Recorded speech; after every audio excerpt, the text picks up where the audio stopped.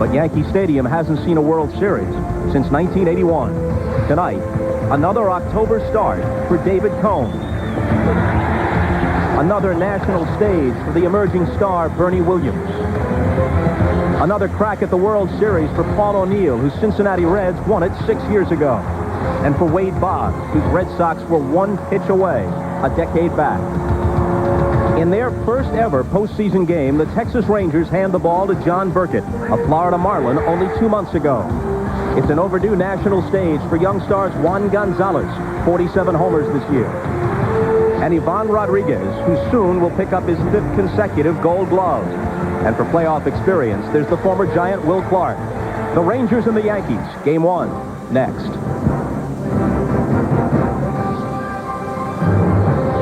NBC Sports presents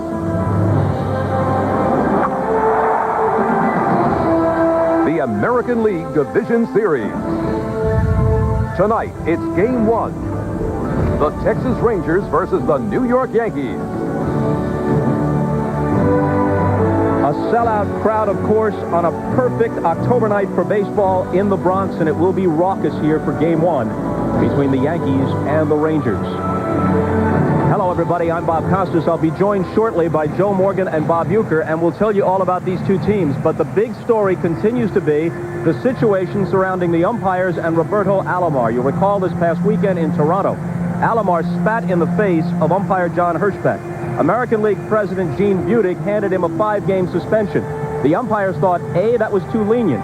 B, with Alomar appealing and with the suspension only applying to regular, not postseason games, he will not have to sit out any games, at least if this ruling stands, until April, and it's possible with an appeal that the suspension could be reduced from 5 games to something less. The umpires threatened not to work the games earlier today.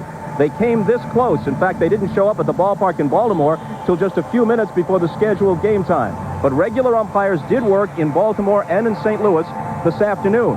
There is a hearing scheduled for Thursday, an expedited hearing on the Alomar situation, and that is the crux of the problem right now. Let's go to Jim Gray as this story continues to develop. He's downstairs at Yankee Stadium.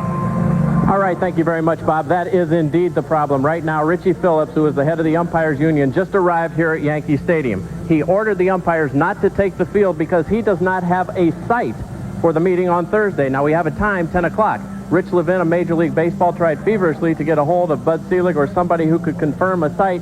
Gene Budig, who is the president of the American League, Mr. Budig, is here in the stadium. However, he had been traveling all day and doesn't know where the site is.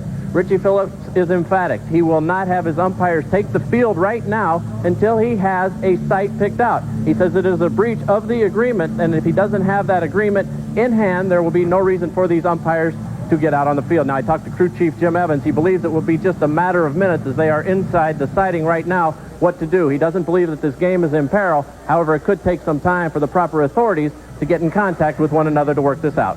Bob? All right, Jim, thanks a lot. Joe and Bob join me. The start of today's game in Baltimore, the first of today's 3 playoff games, was delayed a few minutes. The replacement umpires supposedly were on hand, though no one ever really saw the amateur umpires, and so they had to delay it a little bit as the regular umpires got there only a few minutes before the scheduled game time, and it appears we'll have another delay here. Before we can get the comments of these gentlemen, Jim Gray tells me in my ear that he has more information. Back down to Jim. Well, they've just resolved part of it. It will take place at the American League office here in New York Thursday morning at 10 o'clock. Rich Levin just gave us that information. Rich Levin, the PR director for Major League Baseball. However, Richie Phillips is still in right now talking to his crew, and he believes that they have been kind of fussed around with and really haven't lived up to the agreement. So it looks as though we're going to have some type of a symbolic delay. Bob? Well, this is the question. Suppose they have this hearing on Thursday, and Budig rejects the appeal, but allows the original sentence to stand, which is 5 regular season games to be served next April. I got to believe the umpires are not going to be satisfied with that. They want Alomar to sit out at least some games in the postseason. Well, I think that's right, Bob, and I totally agree. You know, it's something that's an ugly incident, and we've seen it a number of times, and we've seen it too many times, as a matter of fact. But the suspension of 5 games next season, to me, is awfully light. I thought the suspension should have taken place immediately, and for the next game, the game that he hit a home run, that incidentally won the game for the Orioles and won the wild card spot. But to pop him with 5 games for next year, to me, is much too short. I'm even talking about playoff games this year. I mean, it wouldn't have bothered me at all had Alomar been punished by being eliminated from some of these division games. On the other hand, no matter how severe the offense, baseball's agreement with the Players Association does provide for an appeal process. And when Alomar said he was going to appeal the 5 games and they couldn't arrange something quickly enough, the league found itself caught in a bind, or at least so they say. Well, I think they are caught in a bind because the appeal process is part of the bargaining agreement. But I think it's going to happen this Thursday. I talked to Jerome Holtzman, who is a Hall of Fame sports writer from the Chicago Tribune, just on my way up, Bob. He says to me that they're going to suspend Roberto Alomar for the last part of the series with the Cleveland Indians, and maybe even more, but expect him to miss the game on Friday. When you say the last part, Thursday is an off day. Tomorrow is another game in Baltimore. Then there would be as many as 3 games, depending upon how the series goes in Cleveland. Are you saying they believe he'll miss one or miss the remainder of the series? I believe he'll miss the remainder of the series and maybe even more, but at least the remainder of the series with the Cleveland Indians. More developments from Jim Gray. He is with the American League Executive Director of Umpires, Marty Springstead. Let's go downstairs. All right, Bob, we're joined by Marty Springstead. Marty, can you tell us what's going on with Richie Phillips and his crew right now and what's being discussed? You just left the room. Oh, well, they're discussing whether they should work or delay the game a while to make sure the meeting is scheduled as said, and they needed a site, and they didn't have a site. So now they know the site now, which is in the American League office at 10 o'clock on Thursday morning. Do you believe right now this is just a symbolic delay, or do you feel that this game could be in peril and we could be waiting here some time? I don't think it's in peril. I just think it's a symbolic delay known to Richie Phillips. What will satisfy the umpires? We just heard from Joe Morgan that at this hearing it's been predetermined, quite possibly, that there will be a suspension of Robbie Alomar right away. Would that be the only thing that would satisfy the umpires? At this particular time, I believe that's the only thing that's going to make them happy. All right, Marty, keep us updated. We appreciate it. My pleasure. Back upstairs to you, Bob. Well, meanwhile, the Players Association has not been heard from, at least publicly. And suppose the league does reverse its field a little bit, and Alomar is hit with some sort of postseason suspension. We'll await at that point the reaction of Don Fehr and Gene Orza. Well, let me tell you this. If any player does not feel like he should be suspended, then something is wrong with the player. There are certain things in this game. You have to respect the umpires. They have to respect the players. And if this happens and they do not suspend Roberto Alomar, I don't think the umpires are going to respect the players anymore, and then you're going to have more problems down the road. You told me before the game that this is one of the worst things you've ever seen in all your years in baseball, the Alomar incident. I played over 20 years, and I've been broadcasting for 10 more. This is the worst thing I've ever seen. Not just the spitting, but the fact that he talked about the sun and all this. It's just, I'm very upset, if you can tell, and it bothers me because I was a player. For those who may not be aware, John Hirschbeck, the umpire's young son, died of a rare form of cancer, and he has a second son who is afflicted with the same disease. And Alomar, subsequent to the spitting incident, made a comment to this effect, that since this family tragedy, Hirschbeck has not been the same man, not the same umpire. He's been embittered. Well, for those of us who have known John Hirschbeck, Bob, through all the years, he's a quality umpire, and the problems that he had with his family were very evident. I mean, I remember games and series where John Hirschbeck had to leave, and a substitute umpire was brought in so that John Hirschbeck could be with his family. And as Joe said, it's a terribly upsetting thing. Not only the incident where he spit, but everything else that goes along with it. And again, I've been around baseball a long time, as you have. I've been around here 40 years plus, and it's something I've never witnessed in my life. It was ugly, real ugly. A couple of quick things here before we take a break. Number one, 5 games. No matter what the intention or thought process of Gene Budig might have been, when you consider that guys can get 5 games for brushing a hitter back or for an incident involving players, and you're talking about the last line of authority between the players and the people who officiate the game, 5 games seems awfully lenient.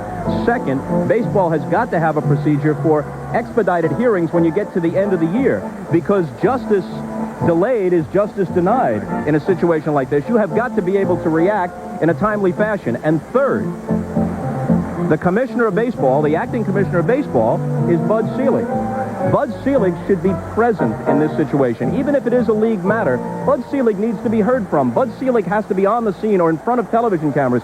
The impression, no matter what the thought process may be, the impression is that once again, that baseball has ineffectual leadership and is rudderless. Well, this is not an American League problem. This is a baseball problem. Therefore, you're right. I think the commissioner should be involved. All right, we're going to take a break here. As you heard Marty Springstead say, we don't think the game is in jeopardy, but obviously the start has been delayed. We'll come back. We'll give you the lineups. We'll talk about David Cone and John Burkett and update the umpire situation in just a moment. Back to the Bronx, Game 1 of the Division Series. The Rangers and the Yankees after this.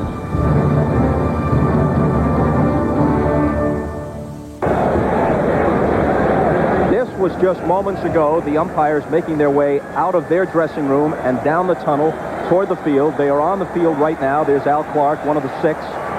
All of them veteran umpires assigned to work this division series, a best of 5 between the Yankees and the Rangers. They are on the field, and Jim Gray shortly will be speaking with the head of their union, the umpires union chief, Richie Phillips, and no sooner do I mention that than Jim indicates he has Richie Phillips, so go ahead, Jim. All right, thank you, Bob. Richie, can you tell us exactly what the delay was all about, and has it been resolved? It has been resolved just now. The delay was about the fact that we were supposed to be notified at 2:02 today that a hearing was scheduled and the situs of the hearing. We didn't get that notification until 8:08 this evening, despite repeated inquiries throughout the day and evening. And you were even present when I was making those inquiries as the American League officials as to when this hearing is going to be scheduled on Thursday. It's now been scheduled for Thursday morning, 10 a.m. in the American League offices. And we're prepared to go into that hearing, and we're prepared to request that the suspension of Alomar go into effect immediately, and the suspension should be elaborated on by additional days of suspension and a very substantial fine. Anything short of that will not satisfy you, and if that does not happen in this hearing, will you pull the umpires off the field? In light of the vile and dehumanizing act that was committed by Roberto Alomar, nothing short of that would satisfy not only the umpires, I don't think it would satisfy the entirety of baseball and the entirety of this country. Baseball is supposed to be part of the social and cultural fabric of this country, and it means more than hits and runs and bats. And what it means is respect for authority, and that authority should... And that the authority... So you're saying you'll pull the umpires off if that's not the result? I'm saying that Friday morning we're going back into court with an intention to continue if we don't get the result that is within the spirit of the agreement that was entered into today before Judge Ludwig in the United States District Court in Philadelphia. Richie, thank you. All right, Jim. All right, let's go upstairs to Bob Costas. All right, Jim, thanks a lot. Another Jim Evans, will work the plate as we look at the rest of the umpires, 6-man crew. Here's another interesting aspect to this. If someone is suspended in the postseason, the general thinking is that postseason games don't count against regular season games on a 1-to-1 ratio. If you were suspended for 2 or 3 in the postseason, that has a greater effect on you and your team than 5 in the regular season. But Richie Phillips seems to be saying even 5 postseason games, that's what I infer, even 5 postseason games would not be enough, assuming that Baltimore continued into the next round. But it is a valid point to make, even if you say that Alomar should suffer a harsh penalty. It's a valid point to make that postseason games have to count for more than regular season games, and maybe 2 or 3 would be Budig's decision, Joe. I think that's the way it should be. I think 3 games in the playoffs should be the maximum. That's my personal opinion. All right, the batting order for the Texas Rangers. After a quarter century, they are finally in the playoffs for the first time. Darrell Hamilton will lead it off, followed by the great young catcher Ivan Rodriguez, best defensive catcher in the league and a 300 hitter. Rusty Greer out of nowhere at about 332. Juan Gonzalez, how do you hit 47 home runs and finish 5th in the league? You do it in this incredible year of offensive explosion, that's how. Will Clark, always a great postseason hitter when he was with the Giants, settled in the switch-hitting DH. Dean Palmer at third, hit 38 home runs. Mark McLemore, switch-hitting second baseman. And Kevin Elster at shortstop, batting ninth, facing David Cone. Cone 7-2 in a season which saw him miss 4 months because of the aneurysm discovered just beneath his right armpit. It was thought his season was certainly over and maybe his career was in jeopardy. Remarkably, he was able to return on Labor Day and pitch 7 no-hit innings against the Oakland A's in his return. Hamilton hit 293. Strike 1, says Jim Evans. This is Cohn's 9th postseason start. Mets, Blue Jays, Yankees.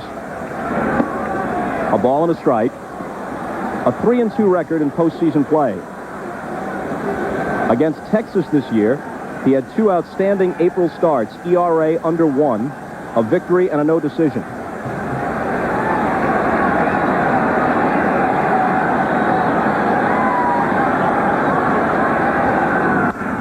Fouled off, 1-2.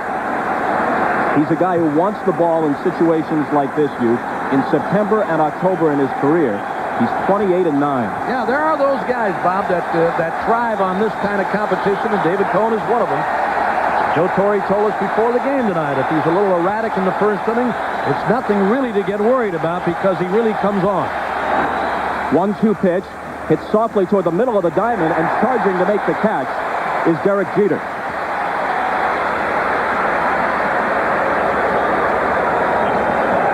Let's look at that Yankee defense, Joe.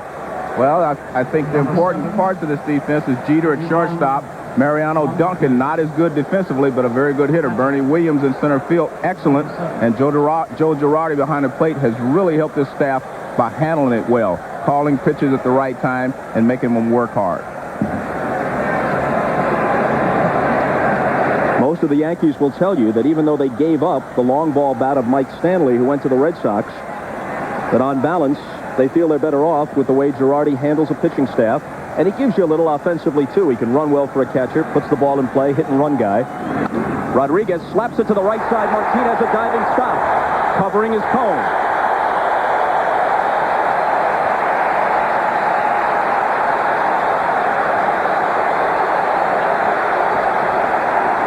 And that's what you get with Tino Martinez. Kind of reminds you of Don Mattingly. Excellent first baseman. This ball is smoked to the right side. Dive by Martinez. Picks it up, and he leads Cohn perfectly. And that's out number 2. That's the one thing that's so outstanding about Rodriguez, Joe. Throughout his career, he not only hits balls in the gaps, I mean, he's got the ability to go the other way, and he'll do that, and do it with power from time to time. A strike to Rusty Greer. Only Alex Rodriguez, who led the league at 358. And then Frank Thomas, Chuck Knobloch, and Paul Molitor out-hit Rusty Greer this year. Hanging out with some of the biggest names in the American League. Bob, you'll hear me talk about 2 pitches tonight. One is the cut fastball from David Cohn. The other will be the sinker from John Burkett. And Cohn has his working right now, especially against the left-handed hitters. He jammed Hamilton, and he also will throw Rusty Greer inside also.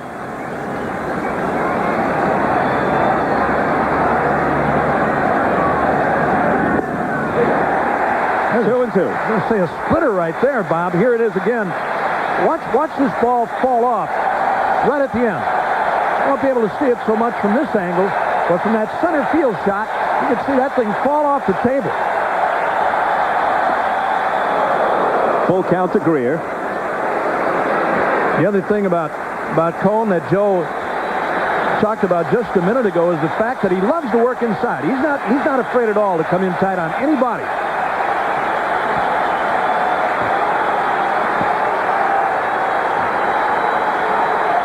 Two out, nobody on, top of the first. And the 3-2 pitch from Cohn to Greer. Did he check? He didn't. First strikeout for Cohn, got him with the splitter, a 1-2-3 first. And the Yankees come up when we come back. John Burkett has been in the American League less than 2 months. He's never faced the Yankees, but this lineup includes several former National Leaguers, so there are some fellas who have had their hacks against Burkett, including Raines when he was an Expo, Boggs, O'Neill, Williams, Martinez. The big story in this lineup is Darryl Strawberry. Rather than Cecil Fielder as the DH, Duncan, Girardi, and Jeter, the bottom third. Strawberry in the National League was 5 for 8 in his career against Burkett, including a homer and 2 doubles. So Straw will hit 6th and be the DH. His figures and Fielder's numbers virtually identical as Yankees this year. In every department, average, home run frequency, strikeout frequency, virtually identical. Burkett 11 and 12 overall, counting Florida, 5 and 2 in 10 Texas starts. Rolled foul by Raines, who at age 37 is hoping to make his first World Series appearance. Missed 3 months with sore hamstrings and returned late in the season with what he described as fresh legs.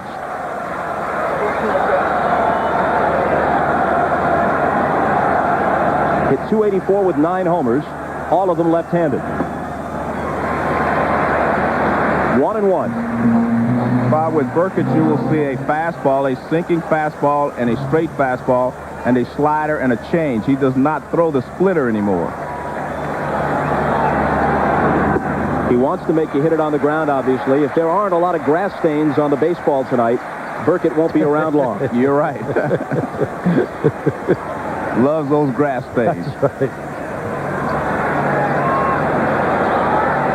Palmer in close at third. The 2-1 pitch. And he falls behind 3-1. Burkett's ERA with Texas, 4.06. Not impressive, but almost a full run beneath the league average in this, the year of the hitter. Line hard, base hit.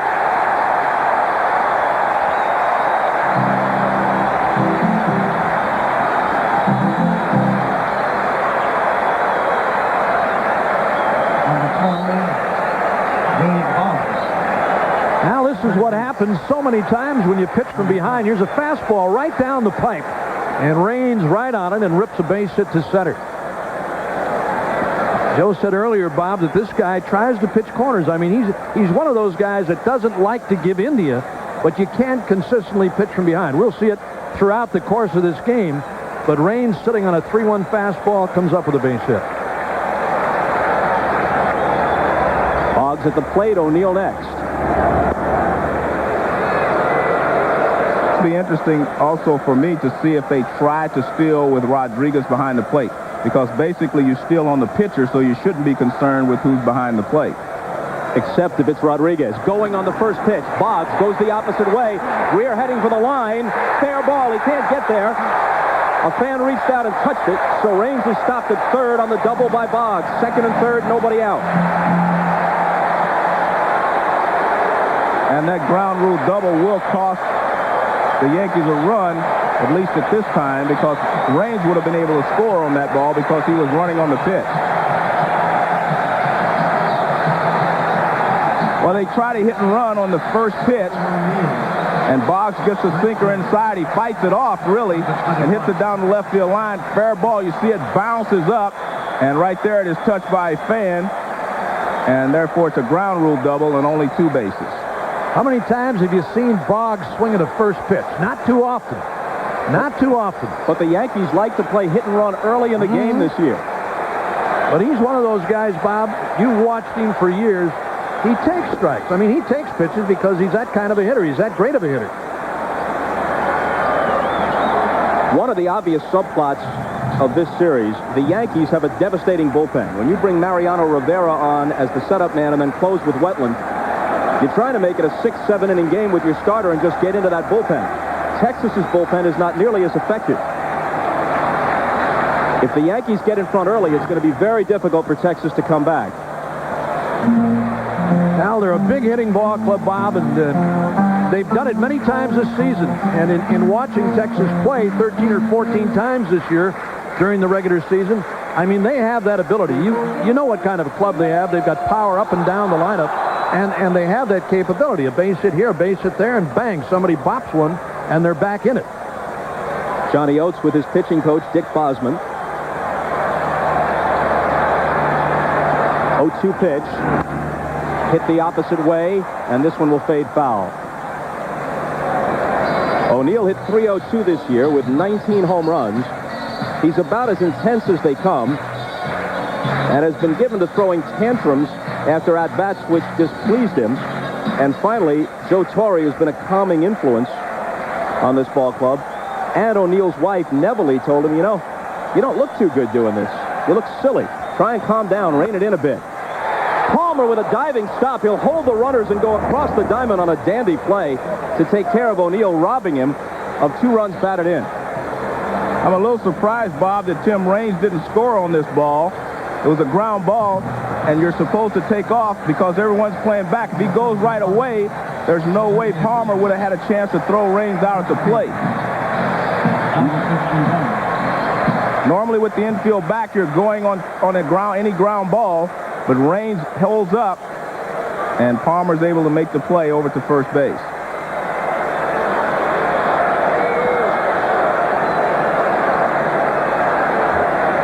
Now Bernie Williams with 305. His 29 homers top the team.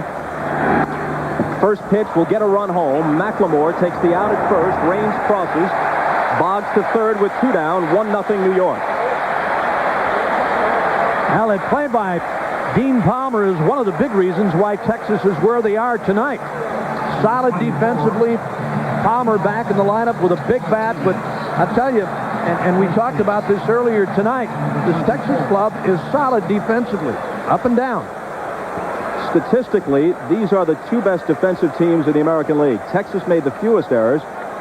The Yankees the second fewest. The Rangers had a stretch this year of 15 consecutive games without anybody booting one. Tino Martinez. Breaking ball for a strike. You're right, Bob. Statistically, they're close, but if you're going to choose, Texas is the better defensive team overall. And that's in making the routine plays and not costing your pitcher any problems. Center field. Drifting over is Hamilton. He played errorless ball for the season in center. He tucks it away. It could have been a lot worse for Burkett. Limits the Yankees to 1.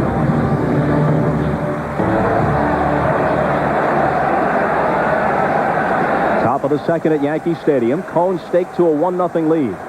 Gonzalez to the plate. And strike 1 to him. Twice the American League's home run leader. Back-to-back in 92 and 93 with 43 and 46. So that figure is a personal high at 47. Second in the league to Albert Bell in RBIs. Second in slugging to Mark McGwire. 1-1. I think the Yankees are going to have to establish in their own minds how they can get Gonzalez out.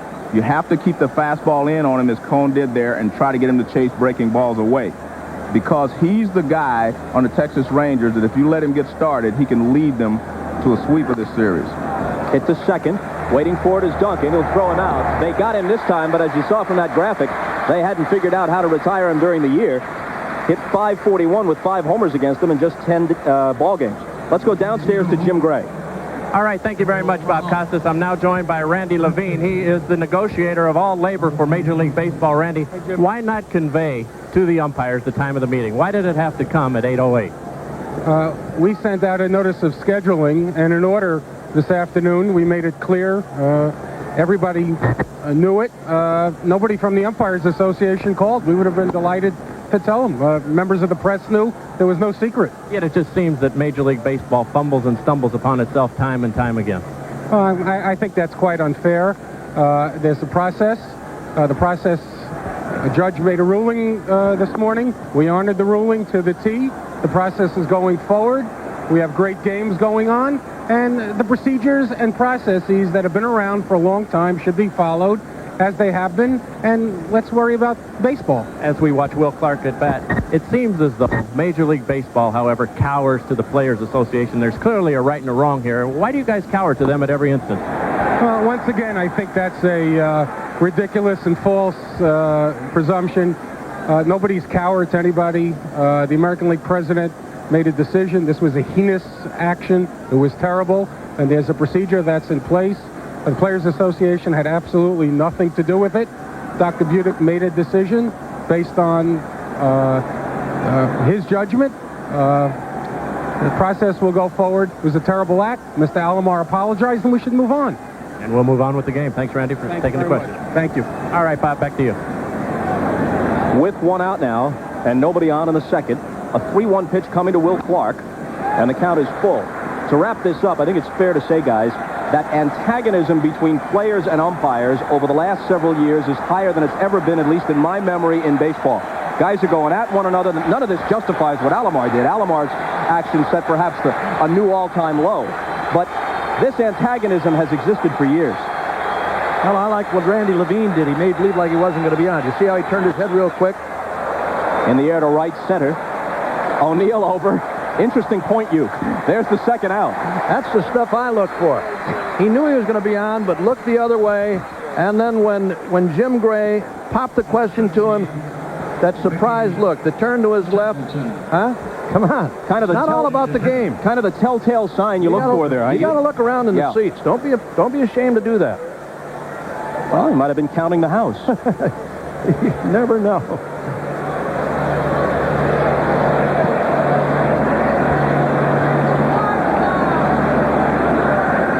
Cohn has set down the first 5 he's faced. And strike 1 to Tettleton. A player of Cohn's quality would never have moved around as much as he has in an earlier era. But given the economics of the game, very deep but foul. You get every bit of that and sent it soaring into the upper deck. Given the economics of the game, you have Cohn, who's pitched in the postseason for 3 different clubs. He's won a Cy Young Award for Kansas City. And that's Tettleton as he decides this ball's not going to stay fair. He hit it hard. That was that cut fastball that he tried to get inside on him. And now he's ahead of him 0-2. 1-2. So in Cohn's portfolio, we find that he went 20-3 for the Mets in 1988, won the Cy Young Award in the strike-shortened season of '94 for Kansas City, then won a combined 18-8 for the Blue Jays and Yankees last year. The 1-2. Now, there are a number of us that have been through the same scenario. For different reasons.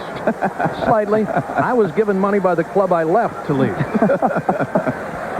Sort of a severance of some kind. See ya. Enjoy this. A lovely parting gift. The Samsonite luggage, the Hager slacks.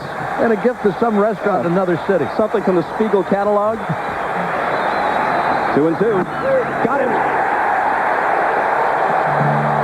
6 straight retired by Cohn, closing each inning with a strikeout. And he leads 1-0.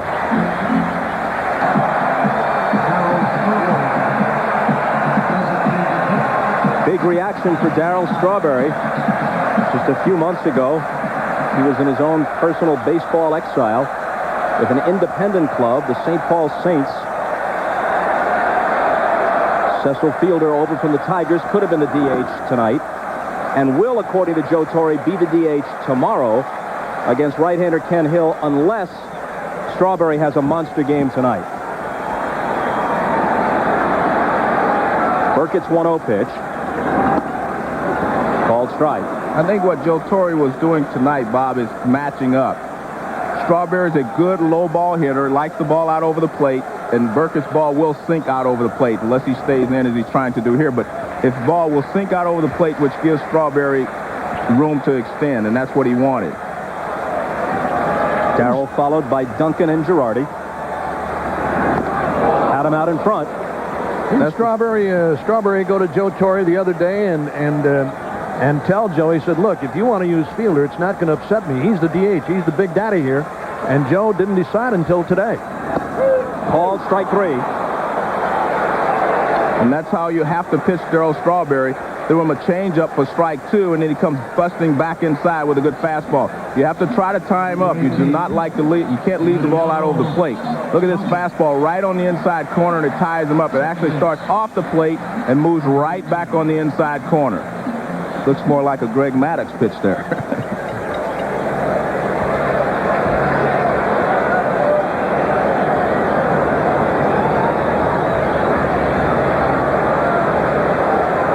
Fielder awaiting his turn, which should come tomorrow. Mariano Duncan hit hard and through the hole. He continues to sizzle. He's always been a good player, but this year he breaks out to hit .340, including .406 at Yankee Stadium. Now, folks, tomorrow night, it's NBC's newest comedy night, must-see TV Wednesday, Wings, Larroquette, News Radio, all established programs, and the new one, Men Behaving Badly, which I thought was the Euchre and Morgan story. NBC's newest comedy hit, all tomorrow night on NBC. Well, I don't know about Joe, but for me, just the last couple of days. Here's Joe Girardi.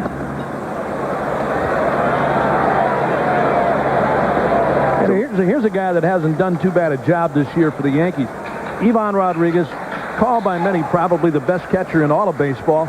But this guy does a good job behind the plate. I mean, he's a good receiver. He can run, as you alluded to earlier, Bob. He's got a little power from time to time. I'm not talking home run power. I'm talking about gap power, doubles and triples. But this guy does a good job. He calls a good game, and Joe Torre, I know, is happy with him. Don Zimmer, Joe Torre's bench assistant, was with Girardi in both Chicago and Colorado, recommended him highly. And Dwight Gooden gave him the highest compliment after he pitched a no-hitter. He says the best catcher he's ever thrown to.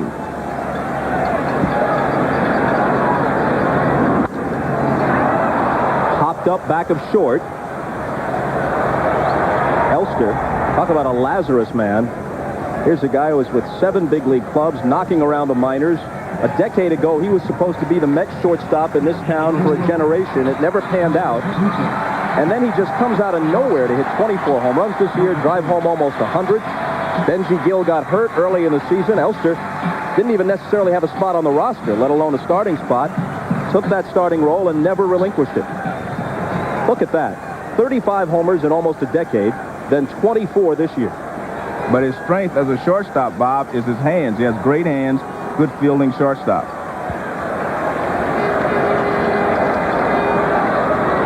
Speaking of good shortstops, here's the certain American League Rookie of the Year, Derek Jeter. No less an authority than Phil Rizzuto says he will be the best Yankee shortstop ever. It would be quite a compliment.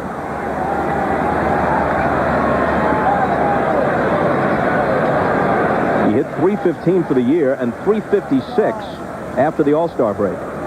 I watched him down the stretch, Bob, and I was impressed with the way he handled himself in these pressure-packed games against Baltimore, against Boston. And, I mean, he's a young guy, but he said he was having fun. And that's contrary to what people think about rookies in pennant races. They think that they're not able to sustain and have fun and play the game as they did earlier in the year. But he played the game and had fun the entire season, and he contributed greatly down the stretch.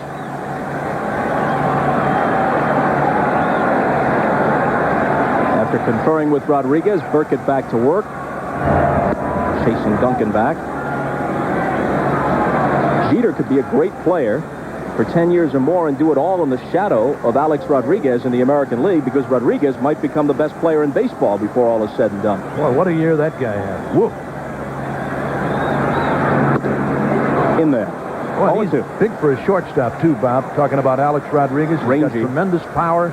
He's one of those guys that's going to put on some pounds and might be even better home run-wise. But, man, he's a pure hitter, Joe. I know you've seen him a couple of times this year. He's a pure hitter. He really is.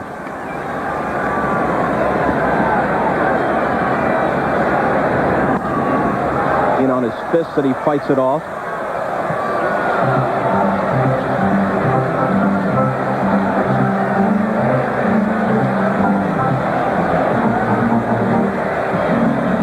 Assuming Jeter wins the award, as appears more than likely, he would join this list. Look at that, 62, 57, 51, 3 shortstops. Because Tresh began as a shortstop before being switched to left field, and Tony Kubek, of course, was a shortstop. And Jeter fans to end the second. No runs, a hit, a man left. After 2, still 1-0 New York, Game 1 of the division series. When the aneurysm was discovered in David Cohn's pitching arm just beneath the right armpit, he had the damaged part of the artery removed. The doctors grafted a section of vein from his thigh to replace it. He was on blood-thinning medication until mid-June, and here he is on his first reaction to all that. And I guess we'll get to that after the first pitch to Dean Palmer, who sent 38 into the seats this year. A called strike, and here's Cohn. I didn't know what it was. I didn't understand the meaning of aneurysm, but I knew it was a scary word. And I was, the first thought is life-threatening. You think J.R. Richard type story. And you're wondering if it's life-altering beyond that. Will I ever pitch again was the third question. And that's how much I didn't know. That's how in the dark I was. And as the situation progressed and I learned a little bit more about what an aneurysm was, I had the feeling that maybe I could come back. I just didn't know when. 1-1 pitch. O'Neill has this lined up. 7 straight retired by Cohn. Cone is 33 years old. Still has something of a baby face. He has the countenance of a choir boy, but as you guys know, the competitive disposition of a pit bull. I mean, he just wants the ball when it counts. And as Joe Torre told us prior to the game tonight, Bob, we asked him about pitch counts with David Cone. Is he going to worry about that tonight? He said, no, I don't worry about that with David Cone. When I asked David Cone if he's tired or if he wants to come out, and he tells me he's tired or he's starting to fade a little bit, I believe him. And he said if he wants to stay, he stays. There's Mel Stottlemyre, whose son Todd Stottlemyre won for the Cardinals today over the Padres with relief help from Eckersley, 3-1 in St. Louis. Well, at the end of the playoffs last year, the end for the Yankees, Game 5 of the division series in Seattle, Buck Showalter didn't have much confidence in his bullpen, and so Cone threw over 150 pitches until the gauge just simply reached empty when he finally bounced ball 4 to Doug Strange, and he had to come out, but he threw every last pitch he had in that arm. You know, I don't think he would have come out of that game, Bob, had they wanted to take him out. He wanted to stay. He wanted to pitch. The 1-2 to McLemore. Called strike 3, the third strikeout for Cone. We've seen this pitch from both pitchers now. The ball starts off the plate inside to a left-hander, and it moves back over the plate for strike 3. You see the rotation is rotating back, and see it moves right back on the inside corner. And this freezes McLemore. He thinks it's inside. See, he moves inside, and look at that ball move right back over the inside corner. Perfect pitch there from Cone. We've also seen it from Burkett tonight.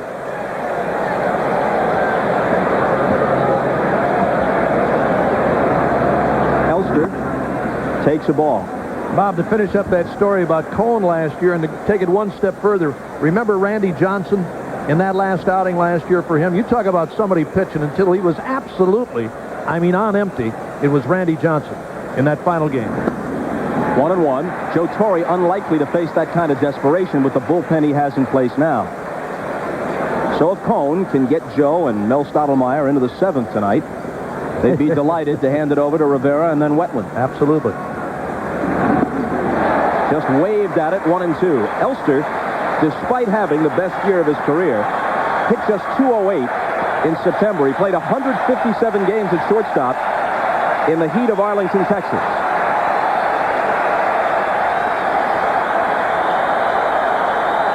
Roaring on 1-2. Doesn't get the strikeout. Jeter going back. Williams coming in. 3 players converge and the ball drops. It'll be a Texas League double for Texas's Kevin Elster. No other way to score it but as a hit, the first for the Rangers. Raines got there, Williams got there. Jeter, who's terrific at going back into the outfield on pops with his back to the plate, couldn't corral this one. There you see it. Tim Raines and Bernie Williams all had a shot, and I think Jeter, get another look at this thing. There's Bernie Williams and Raines. Raines got a glove on the ball and never could hang on to it. This ball, Joe, I thought was hit high enough that somebody should have made a play on it. This ball was really up in the air. I'm agreeing with you. It seemed like it was right in no man's land, but it was high enough that maybe any of the 3 could have possibly caught it if they were going by themselves. They were all wary of where the other 2 were. It looked like Jeter pulled up a little bit. He did. Hamilton rolls it to Martinez. The double doesn't hurt. Elster stranded at second after 2.5. Cone clings to the 1-0 lead. Yankees lead at 1-0 as we move to the bottom of the 3rd. 31-year-old John Burkett has been a double-figure winner in every full year of his career, including this year, though he was under 500 at 11-12 combined between Florida and Texas. And we mentioned Cone's moving around, partly due to the economics of baseball. Although a deal like this wouldn't have been unheard of in the past, they happen much more frequently now. A pitcher of Burkett's quality going from Florida to Texas in August for a couple of minor leaguers. Raines showing bunt, taking a strike. His big year, one he's never approached, speaking of Burkett, before or since 1993, when he went 22-7 for the Giants. Generally has excellent control. You saw Palmer in close at 3rd. 1-1 to Raines. Somebody described Burkett, Joe, as a poor man's Greg Maddux. High praise or apt? Well, I think it's high praise because anytime you compare anyone to Greg Maddux, you're putting them in the upper echelon of pitchers in the major leagues. Salary-wise, that's true. But this guy, as do a lot of pitchers today, and I mean, speed is not the big deal anymore. It's always movement on the ball. We talked earlier today about different pitches in different eras. And I'm talking about the slider, the splitter, Joe, and now all of a sudden it's the cutter. It's the cut fastball that has become the big pitch in baseball. I mean, it's a fastball, looks like a slider, but it's not a slider. It busts at the last moment and inside to a left-handed batter, away from a right-hander, from a right-handed pitcher. The 3-1 coming to Raines, but first he steps out. Tim singled to center and scored in the first. Raines is very similar to Darryl Strawberry. He likes the ball down and out over the plate. Full count. That was it right there, Joe. Fastball down over the middle. Every once in a while, Raines is going to pop you, too. He gets a pitch, and again, sitting ahead in the count. Here's that last pitch. Fastball right down the pipe, about knee-high. Had the cut and fouled it. But every once in a while, a pitch like that, he'll drive it to right center.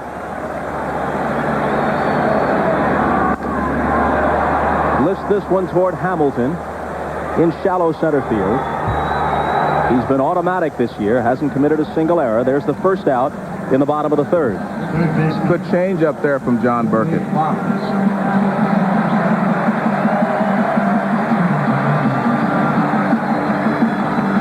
Well, you can see Joe Torre was thinking the same way you were, Uke, that ball should have been caught.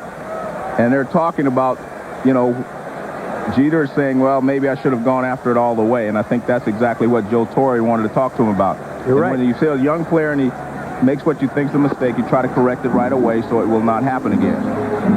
And unlike a lot of shortstops, Jeter is very good actually at going out to get the ball. Well, whatever Joe said to him, it really made him think. Burkett's 0-1 to Boggs. A ball and a strike. Wade delivered one of his specialties his first time up, an opposite field double right on the line. Hit .311 this year.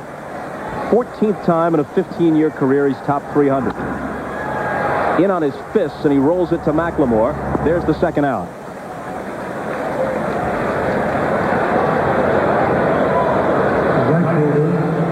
Tonight's overhead shots courtesy of the Goodyear blimp Stars and Stripes from Pompano Beach, Florida.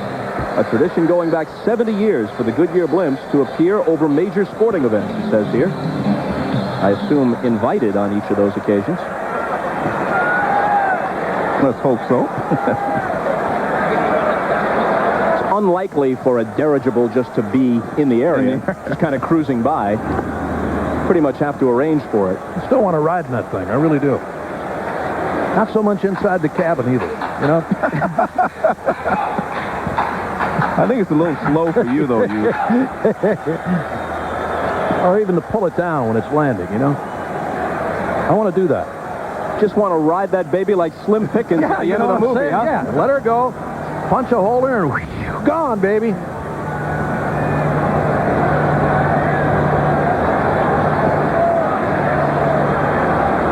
The 0-1 to O'Neill. Paul had an RBI ground out his first time up.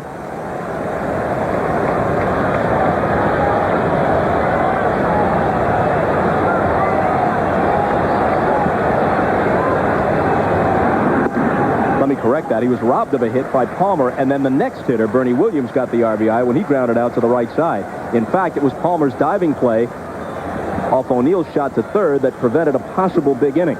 But he should have had an RBI, so you were right. I don't think that's going to help. I can't be covered for in this situation. 2-2. Raines should have scored.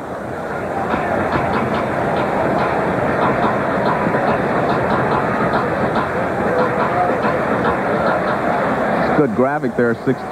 Only 16 times, 145 games did he not reach first base. He also had 102 walks. And he gets him looking. Third strikeout for Burkett. Still 1-0 after 3 in the Bronx. John Burkett's on top of his game. Now watch the rotation on this pitch. See, it's rotating away from the left-handed hitter. I mean, that's a beautiful pitch right there. Now watch the results. Now watch the movement. Watch how much this ball moves. Starts way inside and just runs back out over the plate for strike 3. He's done that twice now. Cone back to work in the 4th. Way high to Rodriguez. Robbed of a hit on a nice play by Tino Martinez in the 1st. You know, one of the nice things about a game like this, Joe, is the catcher. Being the catcher in a game like this, you're just sitting back there. I mean, you're putting down a sign, holding the target up, and these guys are right there for the most part. David Cone just missed that time with a high breaking ball, but both Rodriguez and Girardi, I mean, sitting there with a target up, and they're both right on. You know, if Rodriguez, hit 250, he could be an all-star. Oh, man, as tremendous as he is, throwing out 50% of would-be base stealers. He'll win his 5th straight Gold Glove. Won't be 25 for another month, but he's developed into a 300 hitter. Hit exactly that this year. Fisted into shallow right. It drops for a hit. Here's what happened elsewhere in the divisional playoffs. The day began at Camden Yards. Baltimore beats Cleveland 10-4. Surhoff hit 2. Bonilla had a grand slam. Brady Anderson started the game with a homer off Charles Nagy. Alomar was 1 for 4 amid all the controversy with an RBI. St. Louis gets the homer in the 1st from Gaetti, and Stottlemyre makes it stand up with relief help. Eckersley finished the game. Actually got Tony Gwynn on a comebacker with 2 men on in the 9th. Tying runs were aboard, so the Cardinals take a 1-0 lead in their series. The Dodgers and Braves don't start until tomorrow in Los Angeles. Rusty Greer. Here's tomorrow's lineup, and you got to be alert in terms of television in this first round. We'll take tomorrow off. Actually, Joe, you won't. You'll head for Baltimore and do game 2 with John Miller, I guess. Yes. On ESPN. First game of the Braves and Dodgers also on ESPN. And from here at Yankee Stadium, you'll have to tune to Fox to see game 2. Ken Hill for Texas and Andy Pettitte for the Yankees. Interesting, Pettitte, a strong contender for the Cy Young Award, Joe, and yet it's David Cone because of his postseason experience who gets the call in game 1, meaning that if there is a game 5 in the series, it would be Cone rather than this guy Pettitte. And I tell you what, Andy Pettitte wants to be out there tonight, but he understands. I'm sure he understands manager Joe Torre's decision to go with Cone because he has pitched so many big games in his career. But Andy Pettitte could have easily been out there, as could Ken Hill for the Rangers.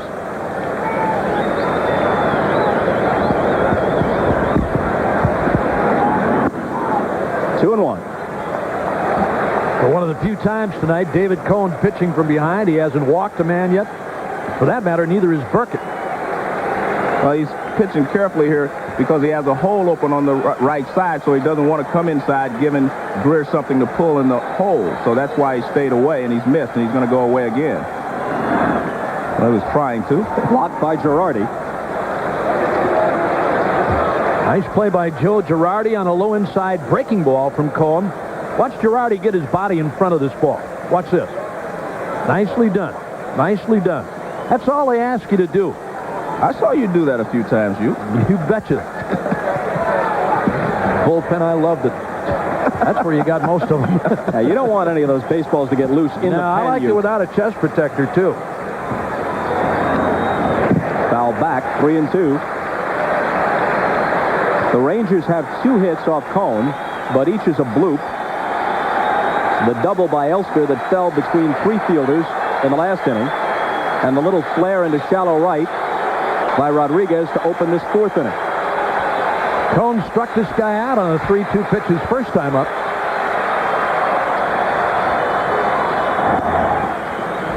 In the past, the Rangers have been kind of a big fly kind of a ball club.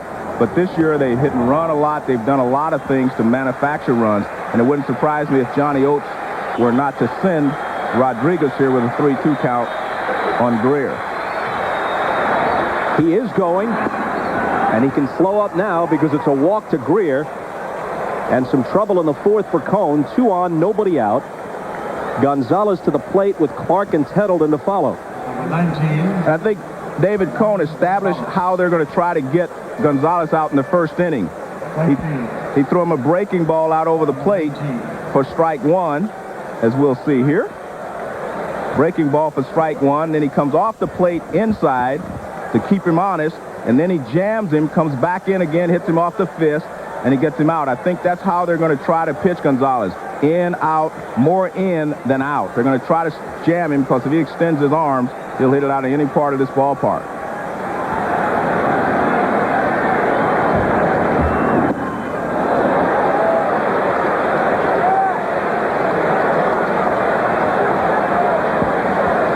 And the point there, you see they pitched him in again, but if you're Cone and you're going to miss, you want to miss way in and not miss 3 or 4 inches out over the plate where he can extend on it.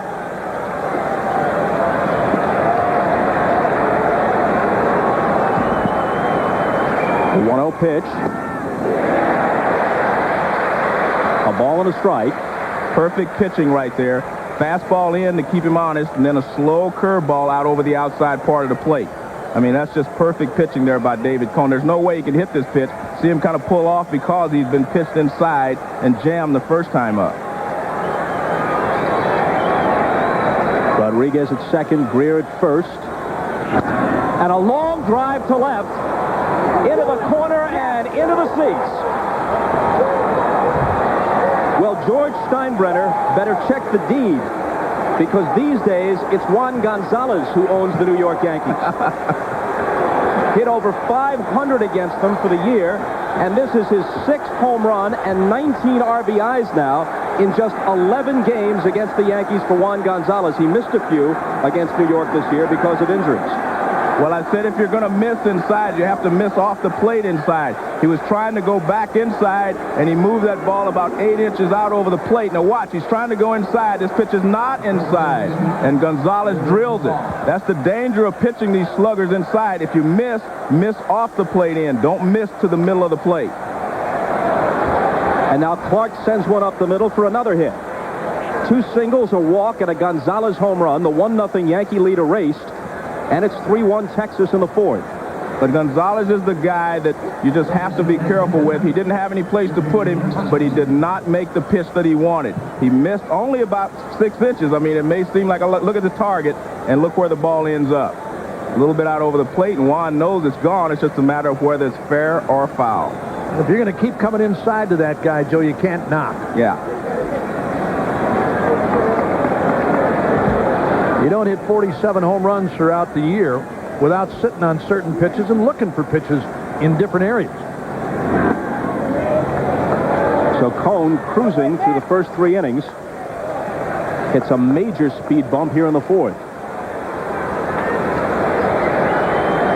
When you go over the Texas Rangers ball club, you say to yourself, I can't let Gonzalez get hot. I can't let him do this. I can't let him lead them. But when you have no place to put him, you have to pitch to him. When you look at this Texas lineup, even with Rusty Greer and Will Clark, there's so much right-handed firepower with Rodriguez, and Tettleton, of course, a switch hitter, and with Gonzalez, and with Dean Palmer. And Cone is the only right-hander scheduled to start in this series for New York. He'll be followed by Pettit, Key, and Rogers. You know, the thing with this lineup, Bob, with this Texas lineup, it doesn't make any difference. You know, you talk about right-handed pitching, left-handed pitching. When you look up and down this lineup, 293, 300, 330, 335, 314, 280, I mean, it doesn't make any difference who's pitching. If these guys sit and get the pitches, they hit them. There's power up and down the lineup. Here's the 2-1. And now Cone is behind 3-1.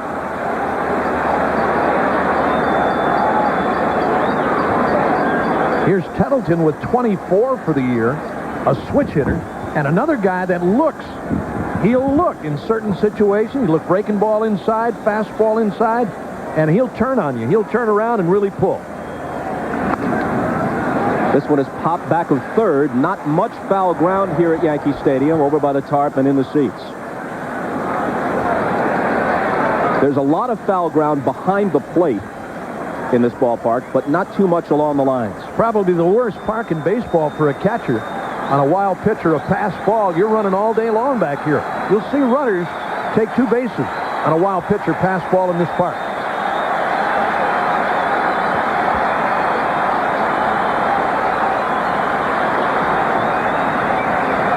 Clark at first, still nobody out. 3 runs home, top of the 4th, 3-1 Texas. And a 3-2 pitch on the way from Cone to Tettleton. Struck him out. Splitter to get him for strikeout number 4. Now here's that last pitch by David Cone. Tettleton's sitting on a fastball, got the splitter. Look at that ball bust down. In the dirt ended up, and Tettleton chased it. Here it is again from Cone. And it may have been a breaking ball, may have been a curveball, Bob. I thought it was a splitter, the first reaction from Tettleton.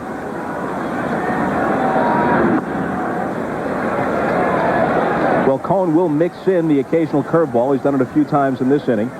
Got the biting slider, the fastball with the late break, and the devastating splitter. Very resourceful pitcher. He'll drop down sidearm on occasion, give you different looks. He hadn't done that yet tonight. And again, trailing now by a score of 3-1. We haven't seen him drop down from the side. He'll make right-handed batters. He doesn't do it that often, and that's what makes you give as a right-handed hitter. You don't see it that often. The 1-0 to Palmer, and that'll make the seats. He's starting to get upstairs now, Joe. You see that?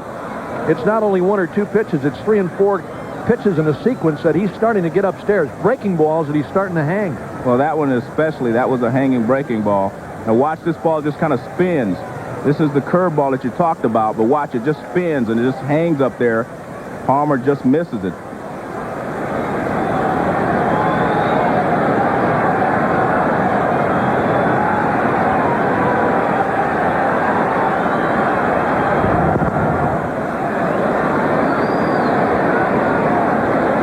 Cone was working very quickly through the first 3 innings. Now in trouble in the 4th. The whole pace is slowed down.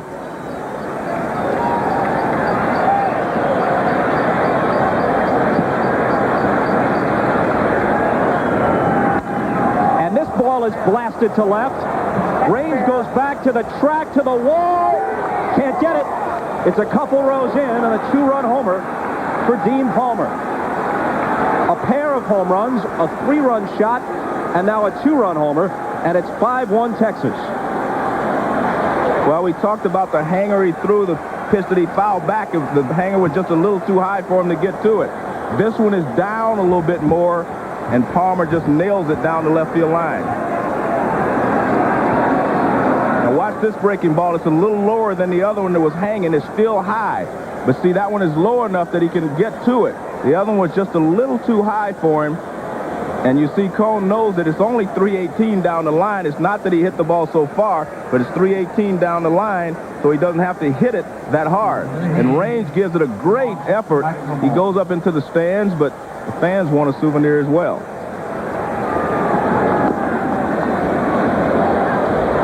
And ball 1 high to McLemore. Stottlemyre will go out to talk with Cone. No one throwing as of yet in the Yankee bullpen. This is very surprising to me, Bob, because he was throwing very well. He was in complete control. The real key to me was when he fell behind Rusty Guerrier. All of a sudden, from that point on, ever since he's been in a stretch, that's been his downfall. He was retiring the runners, hitters, 1, 2, 3, 1, 2, 3. Once he got in the stretch here in this inning, he seemed to have started to hang the balls and not get as much on his fastball. Joe, I was going to say, he did most of his work early with a fastball. Exactly.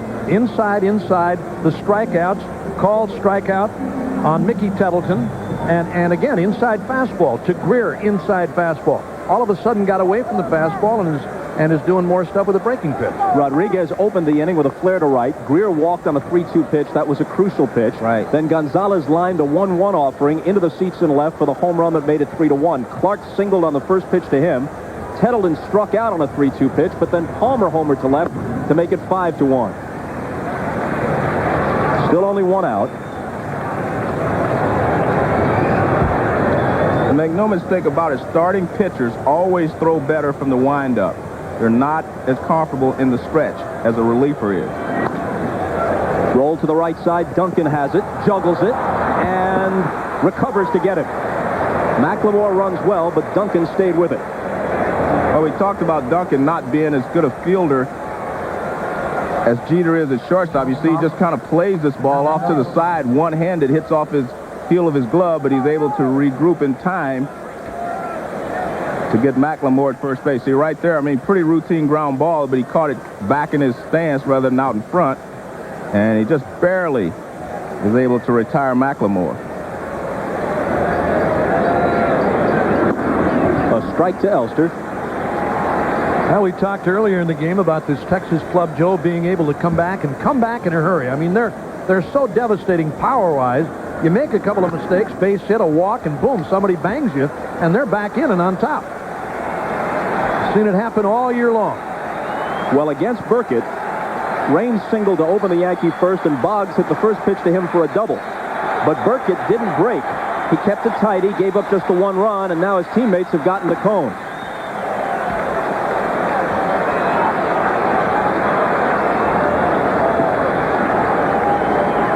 Burkett happy to sit and watch his teammates build a lead. Well, you don't think it's nice to pitch on a club like this? I'm telling you, ERAs don't mean a thing on a club like Texas. Any of those clubs with the big boppers guys are going to hit a lot of home runs for you. You get innings. If you can soak up innings, they're going to win games for you. No matter what your ERA is, they'll win games for you. And Burkett's always been the kind of guy who gives you innings. Usually works into the 7th or 8th. Inside. 2-2.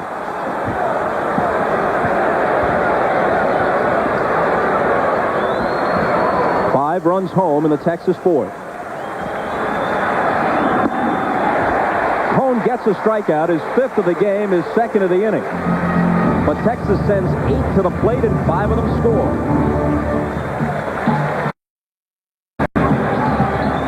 Trailing now 5-1, the Yankees will send Bernie Williams, Tino Martinez, and Darryl Strawberry to the plate against Burkett in the bottom of the 4th. Williams exchanging pleasantries as he stepped in with Ivan Rodriguez. They were Little League teammates. Juan Gonzalez also on the same team. Little League teammates in Puerto Rico.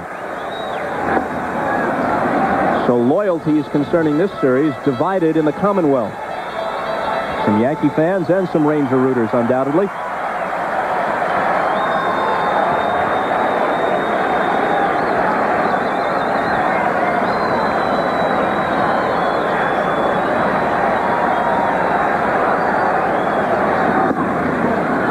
Joe Williams hit the 29 homers, a fine figure, but this year, when more than 40, 43 to be exact, hit 30, 17 players, an all-time record, hit 40.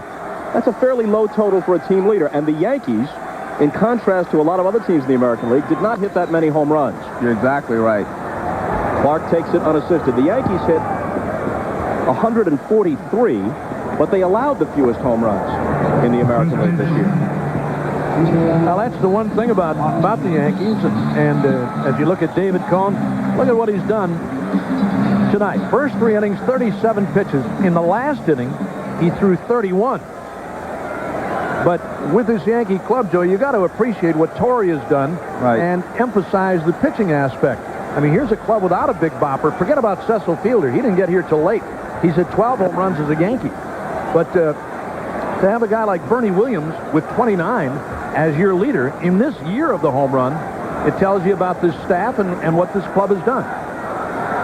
Well, to take nothing away from the Orioles with their 257, or for that matter, the A's and the Mariners, both those teams hit more home runs than the Yankees' old record. And that's over the bag at third for an opposite field extra base hit for Tino Martinez. It'll be a 1-out double.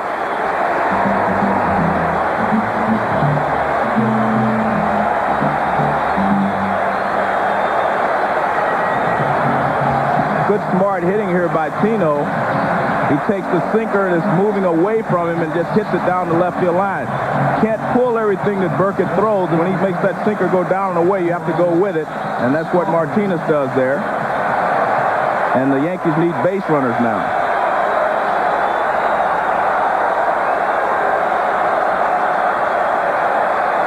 Strawberry struck out looking his first time up.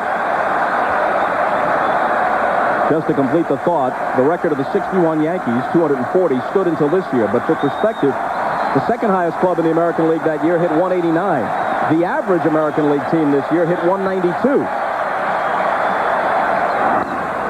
A drive, hooking into the right field corner. Gonzalez in pursuit, and he makes the catch.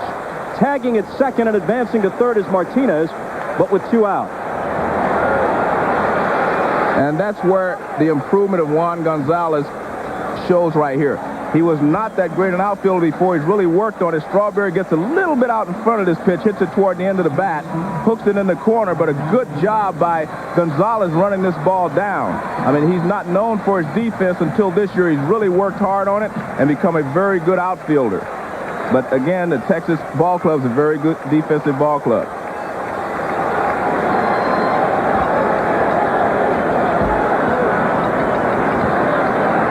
Mariano Duncan single to left his first time.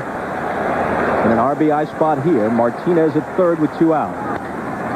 Right field, Gonzalez closing ground on it, but can't get there.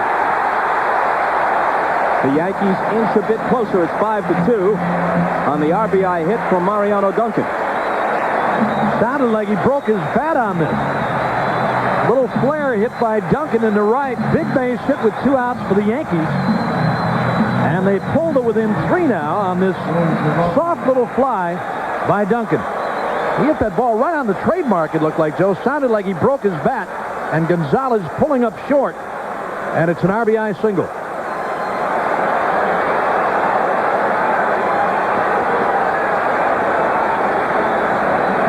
Who's 0 for 1. This pitch is upstairs. The pitch is upstairs from Burkett. Watch Duncan now. This ball right around the trademark. A little flare to right. And the Yankees get an RBI. That's a big base hit with 2 outs. Really a big base hit. 2-0 to Girardi. Just to finish the thought, the Mantle Maris Club of 1961 with those 240 home runs, they stood out from the pack. This year, several teams either exceeded or approached 200 homers, and these clubs played with the DH, and the Yankees did not. So you got to take some of this with a grain of salt. 2-0 pitch. Palmer in foul ground, 2-1. Well, I just think the game has really changed a lot. It's, you know, there are more guys that are stronger than ever before. Pitchers that are not making the pitches that they're supposed to make. And I still think that the ball is a little livelier than it was before. You see some of these games every night on Baseball Tonight, 15-11, 13-10, 10-9. Sometimes you think you're watching a game between the Police Benevolent Association and local Steamfitters 106. The only thing that's missing is a bench with a keg of beer and a guy selling raffle tickets. Well, you'll be arrested and hit with a pipe tonight when we leave here. That'll pretty much cover it. Liner, base hit. Wheeling around second is Duncan. Runners at the corners with 2 out as the Yankees come alive in the 4th.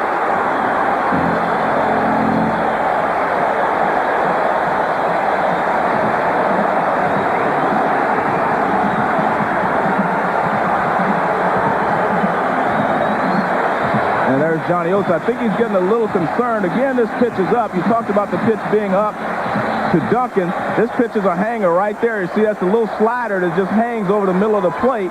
It's supposed to be outside, stays right up there, and Girardi lines it into right center field. And the Yankees have runners at first and third with 2 down now. I think the hit by Duncan was really important because they had not scored a run since the first inning, and Burkett was settling in. And he had 2 out, a bloop, but yet and still he gets a run home, and it shows them that they can score off of Burkett again. Well, especially, Joe, after the good catch by Gonzalez on the ball hit by Strawberry, which is really a downer. Then, bang, Duncan comes up with a base hit to knock in a run. As you watch these playoffs, National League to American League, a huge difference. American League, a .315 hitter is your number 9 guy. A 50 home run guy is your leadoff man if you're the Orioles. And he launched one off Charles Nagy to start the game at Camden Yards. You know, they can say what they want about the baseball and the ballpark at Camden Yards. In on his fists. Good pitch from Burkett. Palmer to McLemore. Almost pulled him off the bag. But Mark stays on it. Yankees settle for 1, leave 2. And Burkett's lead is trimmed to 5-2 after 4. Here's a look at the Hertz game summary. Yankees got a run in the first. David Cone made it stand up until the 4th, when Gonzalez touched him for a 3-run homer, and Palmer followed shortly thereafter with a 2-run shot. And then Mariano Duncan with a blue pit to make it 5-2 in the bottom half of the inning. We move to the 5th. The game summary brought to you by Hertz. For business, for pleasure, nobody does it exactly like Hertz. The leadoff man, Darrell Hamilton. 0 for 2 so far, and 0-2 the count. Interesting here in the 5th inning, after giving up the runs in the 4th, he comes out and establishes his fastball again. He comes out 2 good fastballs to Hamilton. Yep. Saw Darrell Hamilton turn around on Jimmy Evans and say that was low. I thought the first pitch was high. Have you noticed the difference in the strike zone this year, Joe? No. I haven't. No. I mean, they talk about speeding up the game, and they're going to call strikes in different areas than they normally do. I haven't noticed anything. I don't think you can expect an umpire who's been calling one strike zone for the last 10 or 12 years to all of a sudden move it up 4 inches and down 3. I don't think you can do that. Absolutely. So the textbook strike, the strike at the letters, is almost non-existent, right?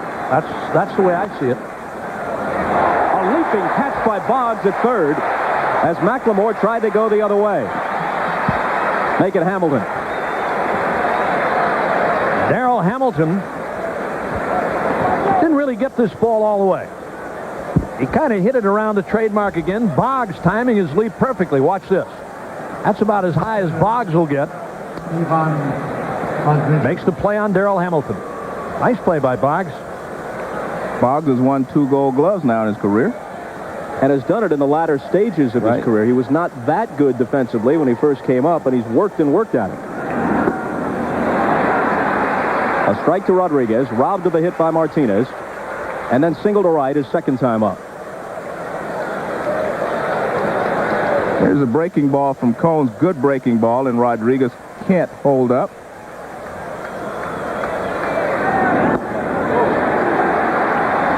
Almost looked like a pitch that Rodriguez was sitting fastball, Joe. You know, he's saying fastball, I'm going. And all of a sudden you see the breaking ball right. Can't stop your swing.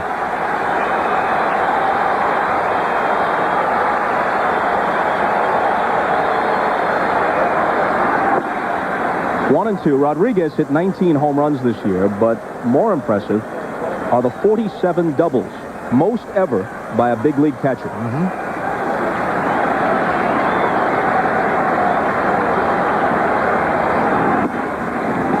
2-2 as he dropped down.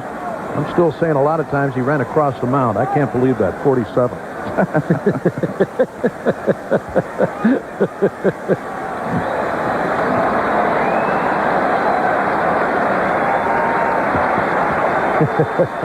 That's the way Rodriguez went right there.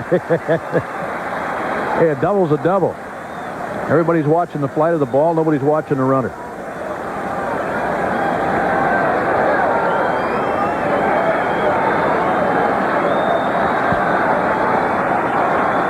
The 2-2 struck him out. Number 6 for David Cone.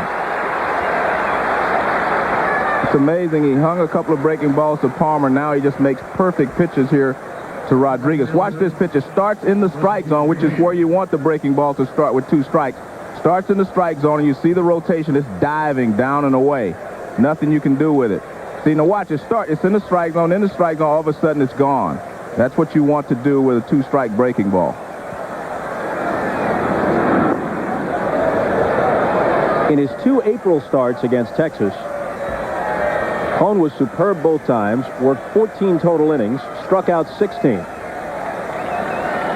Allowed only 1 earned run in those 2 starts. Trails here 5-2 in the 5th.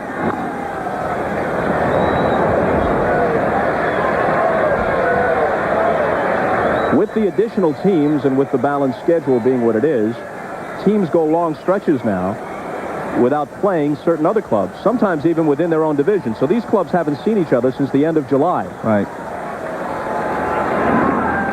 And some of the personnel is different, either because of late additions or because players are at a different stage of the season. Guys who are hot have cooled off, guys occupying different spots in the lineup.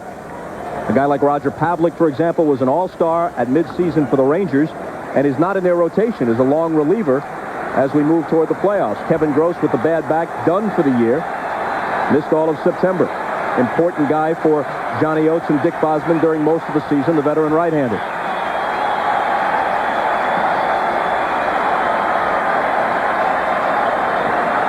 2-2 pitch. Oh, that was close. And you see David Cohn just kind of drop his head out there. He really wanted this pitch. Now watch, this is kind of that cutter we talked about. Starts up and look, it moves off the plate inside. And Evans calls it a ball. Now watch, it starts on the corner and just moves off at the last second. And the 3-2 pitch is taken into center field by Greer, who's now 1 for 2 with a walk.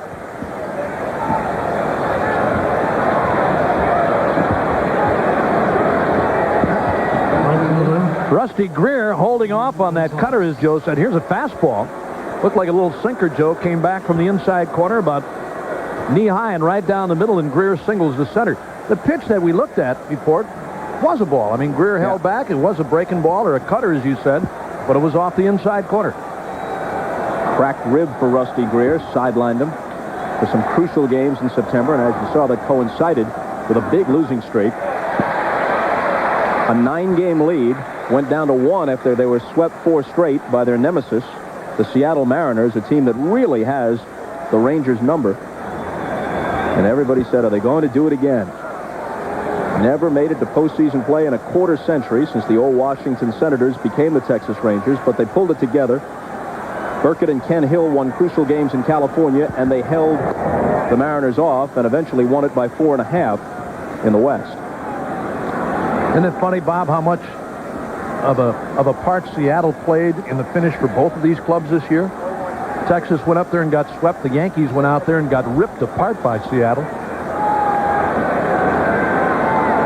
Gonzalez, who homered his last time, out in front again, 0-2. I think if you're David Cohn and maybe the rest of the Yankees, you are going to try to get him to chase that breaking ball off the plate. Gonzalez knew that they were going to come with the breaking ball. But now 0-2, if you come with the fastball inside, you've got to come way inside and not miss to the middle of the plate.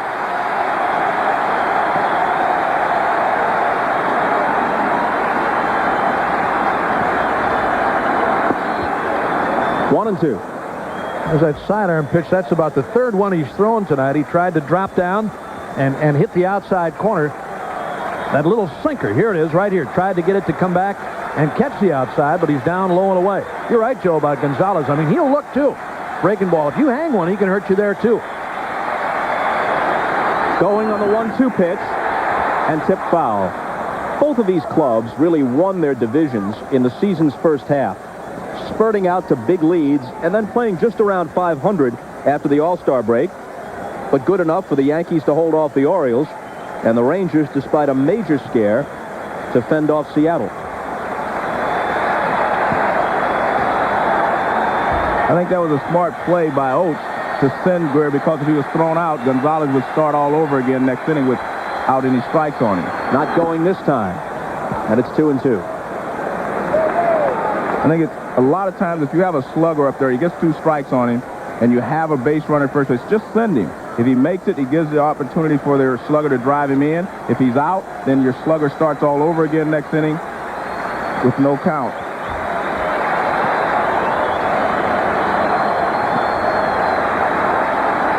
Stays put, and now the count is full. And I wouldn't bet my house, but I'll bet yours, Bob's, and yours, Ukes, that this is a breaking ball away. I'll tell you what, I wouldn't see any other pitch, Joe, a splitter or a breaking ball, a splitter or a curveball down and away to try and get him to chase. I just don't want this guy to hit another one on me or take me deep again. I don't think he can risk a splitter. I think it has to be a curveball. Greer goes, here it comes, and we'll do it all over again. And you were right, it was a slider, a little cut fastball. It's a cutter. Yep. But again, he threw it in a heck of a spot, Joe. Yeah, I mean, if he's going to hit that, he's going to hit it foul in the upper deck. There it is right there. Look at it.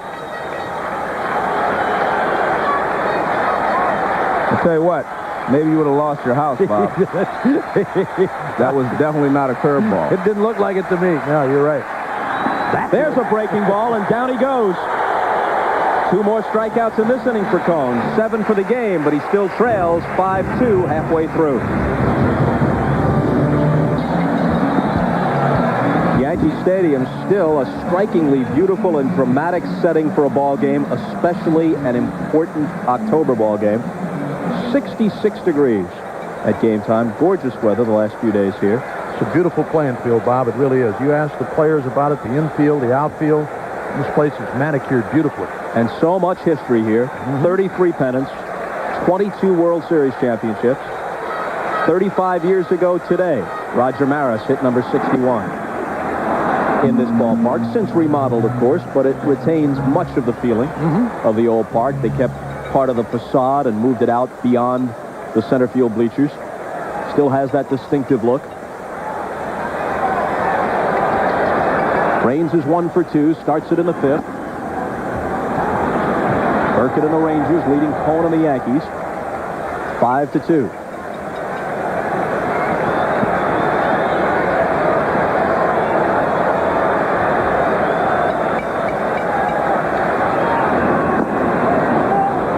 Checking at third again. He definitely went. Larry Young, the ump down there. 1-2. Here's that last pitch in the swing by Raines, or what he thought was a check swing. You see that? He went around right there. Larry Young made the call from third. Wouldn't it be great if Al Clark made it from the left field line?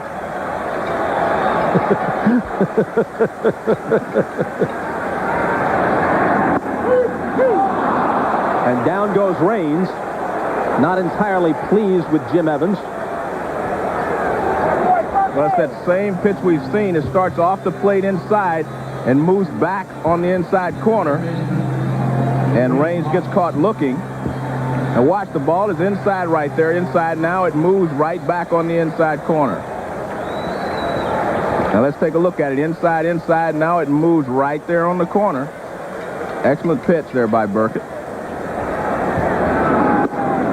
Boggs has doubled and grounded out. Only a couple of weeks ago, he was sent home from Detroit. Excruciating back pain. Some thought his season was finished. Found a chiropractor in Toronto, we're told. The chiropractor worked miracles. Here's Boggs back swinging well. Although they're likely to use Charlie Hayes when a left-hander goes. Darren Oliver scheduled in Game 3 at the ballpark in Arlington. And probably for the first time in his career, he has been pinch hit for on a consistent basis here late in the ball game with Charlie Hayes. And a weak wave at that one on 3 pitches. Boggs, who only rarely strikes out, is retired by Burkett. 5th strikeout for John. Well, I don't know how much the chiropractor did for him. He looks good taking, too. And here's that last swing, as you said, Bob. That's not a Boggs swing. That was a fastball. I don't know if he was looking for something else off speed or what. Man, that'll put a pain in your sacroiliac. Boy, I'm telling you. Well, as you know, sometimes you'll be standing in the batter's box and you actually lose the ball. Are you talking about me, Joe? Yeah. Thank you, buddy. But you actually lose the ball. A little pop into foul ground Palmer. That takes care of O'Neill, and the top of the Yankee order goes very quickly and meekly in the bottom of the 5th. 5-2 Rangers.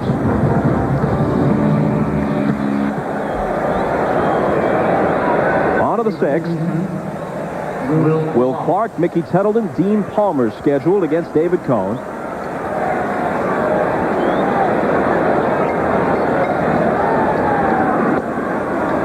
Ball 1 to Will, who's 1 for 2. All 5 Texas runs came in the 4th. 3-run homer by Juan Gonzalez. 2-run shot off the bat of Dean Palmer. Will Clark still a dangerous hitter, especially in the clutch. 284 this year, 302 for his career, but his power numbers have fallen off, and his slugging percentage now is beneath that of the average major league first baseman. But with a game on the line where you just need a base hit, he's one of the guys you'd least like to see if you're the opposing pitcher. I think one of the reasons that his power numbers have fallen off, he's had a lot of injuries to his hands and shoulders, and he doesn't get the same extension that he got before. But, like you said, If he only needs a single to win a ball game, he's the best at setting a pitcher up and knowing what a pitcher's going to do with him. He will go with the pitch, etc. But he doesn't get the barrel out there as often as he did before, out in front of the pitch. A devastating postseason hitter for the San Francisco Giants in 87 and 89. Always had one of the prettiest swings in baseball. It was a little longer before, though, and that's why he generated more power. It's a shorter swing now, but with not as much power. Still 2-2. There's a pitch you're talking about right there, Joe. A few years back, he'd have drove that ball to right field. He's a little bit tardy on it right now. Now watch how he's late getting his barrel of the bat out to this ball. This is a pitch that he should hit right there. But you can see he's late, and he's really just fighting it off rather than extending, trying to drive it. Ripped foul. With various aches and pains, Clark was on the disabled list 3 times this season. And that's tough for a guy like Will, because Will loves to play.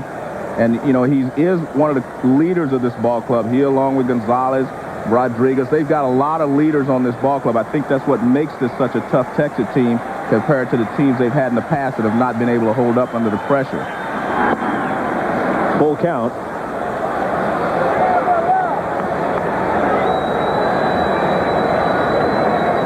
Evidence of his effectiveness in October. But, of course, all that goes back 7 years to his last postseason appearance. Lifted Bernie Williams' way, not quite to the track, to tuck it away for out number 1 in the 6th. The blimp is still up there, folks. The Goodyear Blimp Stars and Stripes. Their first live sports coverage to the trivia fans was in 1960, the Orange Bowl football game.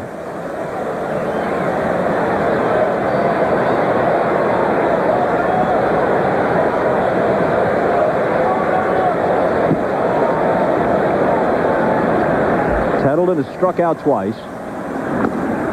Lots of guys in this Texas lineup with huge strikeout totals. And Tettleton, as always, is one of them. He walks a lot, too, almost 100 free passes.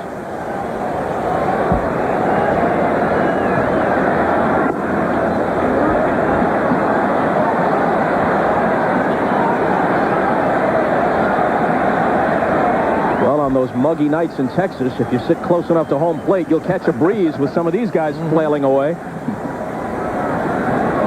Here's the 2-0. And Cohn's behind 3-0. His pitch count since the 4th has really shot up. Kelly made a comeback back in the 5th inning, picking up a couple of strikeouts. 2-out single by Greer, then came back to get the strikeout. And he walks Tettleton on 4 pitches. Bob, a pitcher's confidence ebbs and flows during a ball game. You know, at the first part of the game, he was working quickly because he was out in front. This pitch will be low, and you'll see it sink below the strike zone. And there's Joe Torre. He thought the pitch was a strike on the knees, and you hear him yell and say that's not low. National League strike. That's what Joe sees. Fouled off by Palmer. Took a look at Torre and Stottlemyre. Each at least part of the time today with their thoughts elsewhere, to relatives. Joe to his older brother Frank Torre, the former Milwaukee Brave, who is still awaiting a heart transplant at Columbia Presbyterian Hospital for 2 months now, awaiting the proper match. Watches all the Yankee games, and Joe tells us that he's constantly calling him with lineup suggestions and strategic advice.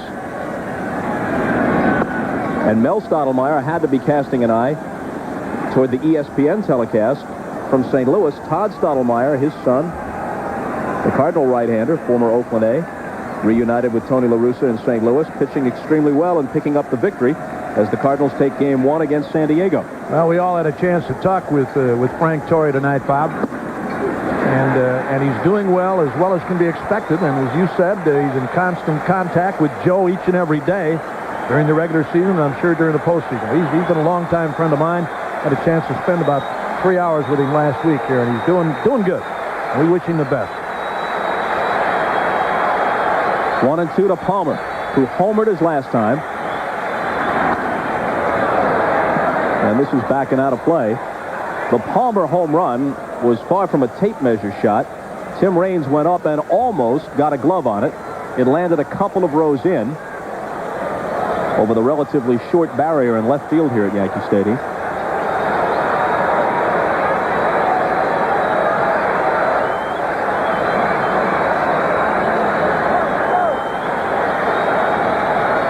One-two pitch.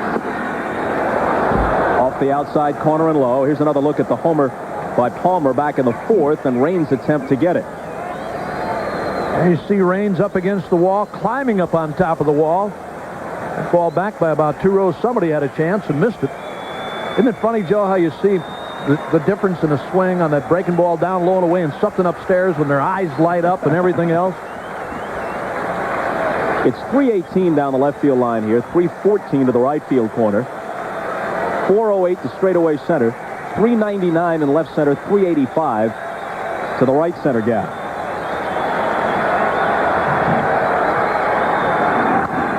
Bouncer up the middle. Jeter can't get it. Tettleton, who's very slow and slower still since he's been playing with a brace on an injured knee. You can see the brace through the uniform pant leg, and it may require off-season surgery, so there was no chance for him to consider going to third. First and second with one out. Take a look at this pitch by Palmer. Grounded right back up through the middle over the head of Cone, and Jeter just can't get there.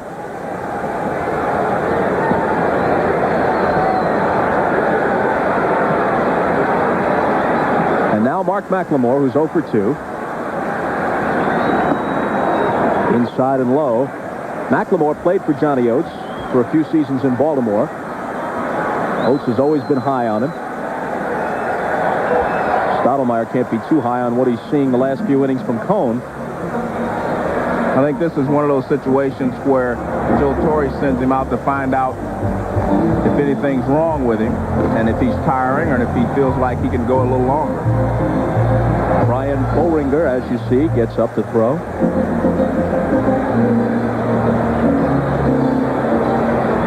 Cone has already exceeded 100 pitches.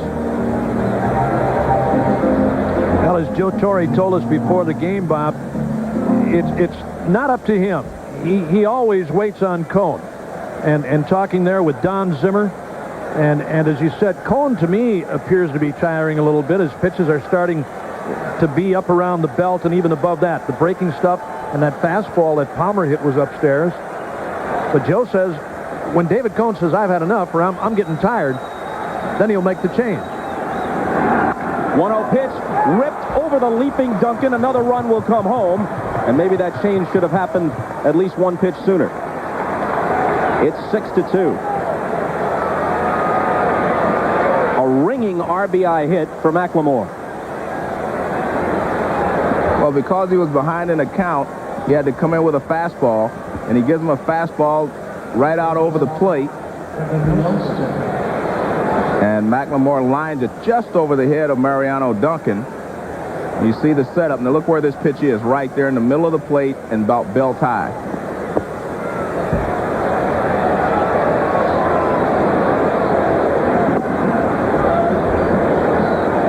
The 8th hit for Texas. Here's Elster, who had the first of them. A bloop double back in the 3rd.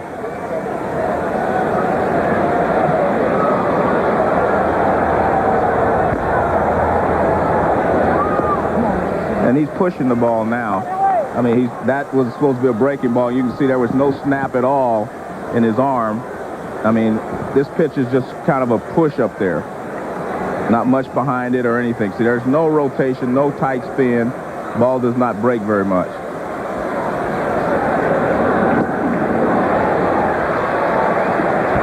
Even that fastball didn't have good pop on it. It had good location. It was away, but not good velocity on it. Yeah, he looks like he's tired, Joe. You're right. So I think he may not have told Mel Stottlemyre the truth when he came out there. Well, he didn't have anybody up. Boehringer had only thrown a couple of pitches. Weathers is up now. Out of play down the right field side. There is David Weathers. He's only been up about 3 or 4 minutes. Well, they got Boehringer up for a moment. He was up and then Weathers. Well, that's that book he has there. He's looking to see who matches up well against the next couple of hitters in the lineup. 2 on, 1 out, a run already home. And now a full count to Elster. Cone has walked only 2. But he has gone deep into the count with many hitters. In fact, Elliot Cowell, working with us here in the booth, says this is the 8th full count. And we're only in the 6th inning for Cone. Runners go. Called third strike. They throw through, and it's a strikeout throwout. So Cone gets out of the inning with his 8th strikeout. But another run to make it 6-2 Texas. Now here's that last throw by Girardi, and instead of taking Palmer, he takes the trailer in Mark McLemore, and they cut him down. Good play by Girardi, but Joe, it looked like McLemore slowed up a little bit. Well, what he did, he ran as if it was a hit and run. And when you're a base stealer, you should always be stealing the base, even though the hit and run is on. And it's, like you say, a very smart play there by Girardi. Especially because with runners at first and second, Martinez is playing behind him. Should be able to get a huge lead and a good jump, and McLemore's speeding. Now Williams spanks one into center field on the first pitch, and he's aboard to start the bottom of the 6th. That last run that the Yankees gave up in the 6th inning is really going to come back to haunt them. A 5-2 lead, I mean, you really feel like you're still in the ball game. But 6-2, only one more run, but it seems like a lot more when you're playing catch-up. Here is the much maligned Graham Lloyd.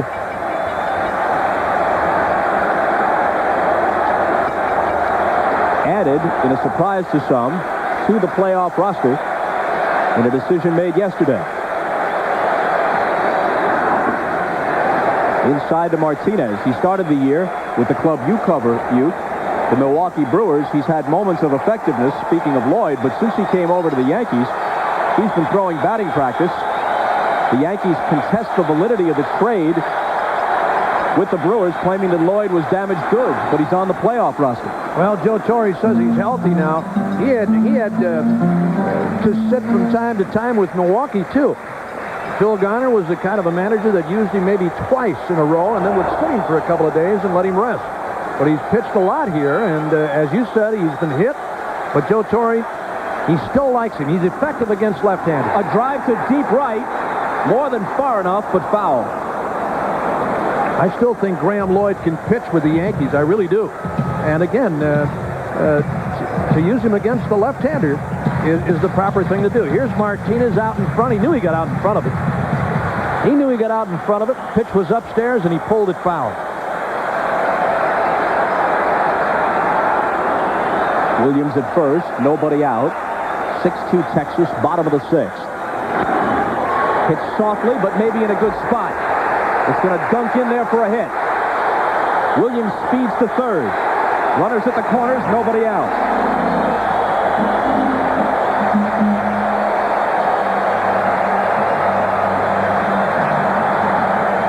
We say this is a blue pit, which it really is, but the reason it becomes a base hit is because the pitch is up. And if you're a sinker ball pitcher, you do not want the ball up. You may jam hitters, but they're going to bloop them in when the ball's up. If that pitch is down, it's a ground ball at second base and maybe a double play. So Burkett is starting to get the ball up a little bit too. And out comes Dick Bosman because I think he realizes that they're kind of right at the crossroads for Burkett. They want him to go a couple of more innings if possible because they don't want to get into that bullpen too quickly.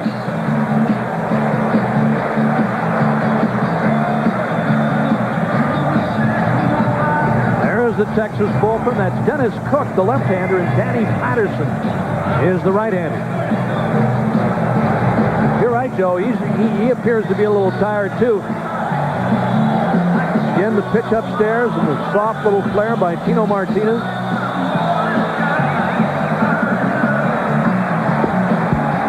Well, as soon as Bosman finishes having his say, as Johnny Oates watches from the dugout, Darryl Strawberry will step in for his biggest at-bat in years. Must have really been warm in Texas this summer to see Johnny Oates wearing gloves. On a night when the game time temperature was a very pleasant 66. I think those are his hitting gloves. Straw has struck out and lined hard to Gonzalez and right. Foul, strike one. He was in his zone, Joe. I was going to say he was in his area on that one. Yes, he was. Here's that last pitch. That's getting close right there. He's in the area. Yeah, if that pitch is 4 more inches out over the plate, he might be in serious trouble.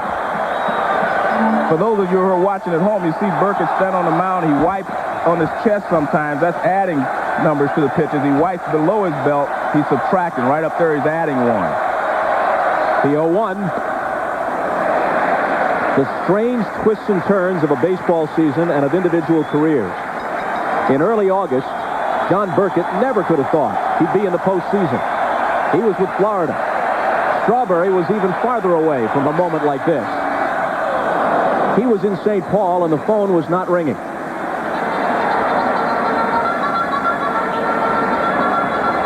I think one of the reasons the Yankees brought Strawberry here and Fielder is simply because they did not have a lot of power, and they felt like they needed power, because you need power to come from behind late in ball games.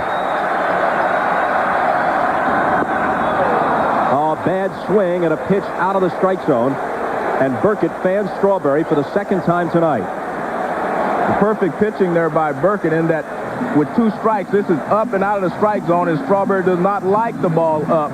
He likes the ball down and out over the plate, and this pitch is up and away, and strike 3. And Strawberry chases it, and he knows, he says, I can't hit that pitch.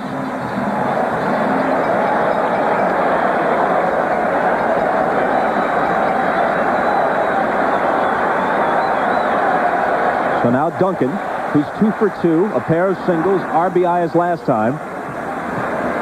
Wherever he's gone, he's been with winners. He's been in the playoffs in '85 with the Dodgers, in '90 with the world champion Reds, in '93 with the Phillies, last year back in Cincinnati, and now this year with the Yanks.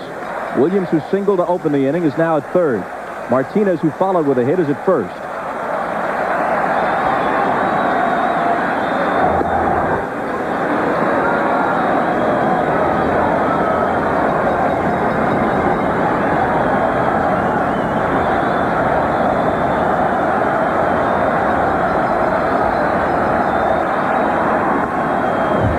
In the dirt, 1-1. How far Rodriguez sits outside to take that breaking ball from Burkett. The pitch before, when Duncan stepped out, it's funny to watch catchers when they're sitting outside like that, and as soon as you call time, they jump back in real quick. They don't want you to see where they're sitting. Breaking ball here. Swings over it, 1-2. Good slider by Burkett. Mariano Duncan is pretty much a free swinger. He hits swings at the first pitch just about every at-bat. And this slider starts away, and he just chases it. See the rotation there moving down and away. And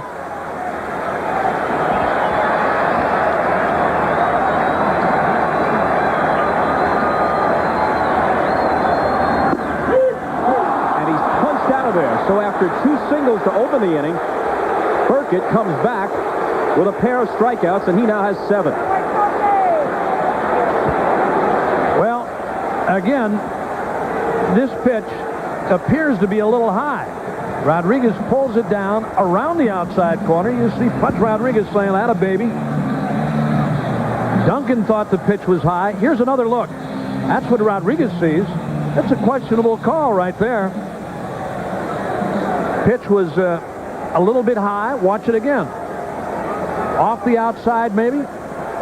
Close enough to hit. We've got a problem here in right. And Juan Gonzalez is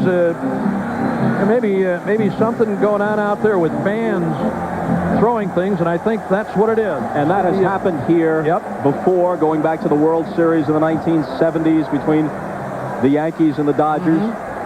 It's a minority, of course, but a despicable minority of the fans at Yankee Stadium, and it creates a sometimes intimidating and distracting atmosphere for the opposition. This is a difficult place to play in postseason because of that tiny but very unwelcome element. Yeah, it's tough, Bob. It's bad. We've seen it happen here before. I know in some of some of the games against the Boston Red Sox, and in both parks. The outfielders have terrible problems.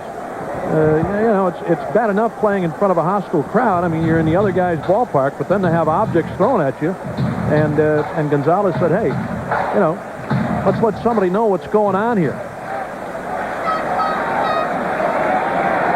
I'm surprised they haven't made an announcement yet over the public address system. Although I don't know how much good that would do either. Now Girardi. I wouldn't mind an announcement just to have an excuse to hear Bob Shepard's voice. Yep. Give him something to say. Absolutely. Well, an inning that started very promisingly. First and third, nobody out. On the verge of going down the drain here for the Yankees unless Girardi can come through. He singled his last time. He's 1 for 2. He hit .294 for the year. The sign of a good pitcher is how he limits the damage when he gets in trouble. And Burkett has done that tonight, beginning in the first inning. Exactly. Now, that's when the Yankees had their shot, Bob. They really did. Runners at first and third, and really at second and third, actually. Had a chance to really do some damage, and he got out of it with only a run.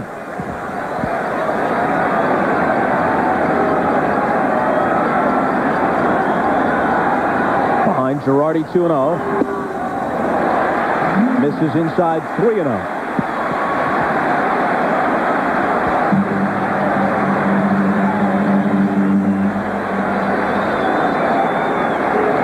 Johnny Oates caught for the Yankees as a backup in 80 and 81, then managed their Columbus Farm Club in the early 80s. Torrey in the other dugout, taking all the way, strike one to Girardi. Girardi more or less the regular catcher, but Leyritz is the personal catcher of Andy Pettit, so Leyritz will get the start tomorrow night in Game 2. Pettit, who won 21, there's Leyritz, was 13-3 after a Yankee loss, which may be the case come tomorrow.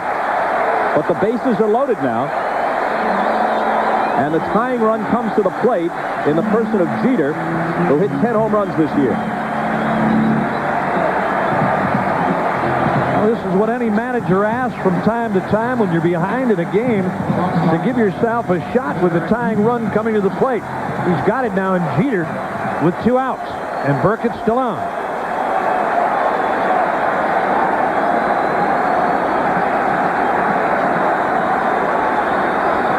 Burkett, whose control is usually excellent, hadn't walked anybody before sending Girardi to first.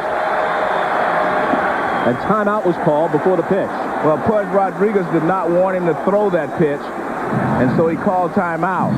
And out comes Joe Torre, because Joe Torre is going to say you can't call timeout when the pitcher's already in his motion. Now, you see Rodriguez asking for timeout, but Burkett has already started his motion toward the plate. See, he looks away, and he starts his motion. See, he never sees Rodriguez until he starts to the plate. And Joe Torre is saying you cannot call timeout when the pitcher's already in with his delivery to the plate, because that would have been ball 1, obviously. Well, Joe's not going to win the argument. And you're right. With Burkett pitching out of the stretch, once he got his sign from Rodriguez, he was checking Williams at third. And that's when Rodriguez stuck the hand up to call time with Jim Evans.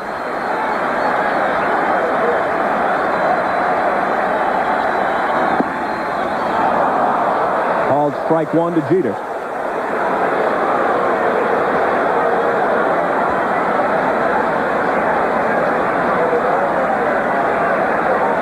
Action in the Texas bullpen, but Oates sticks with Burkett in the 6th. High 1-1.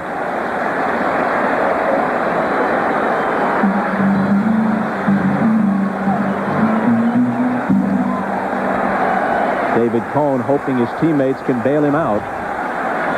Not at his best tonight.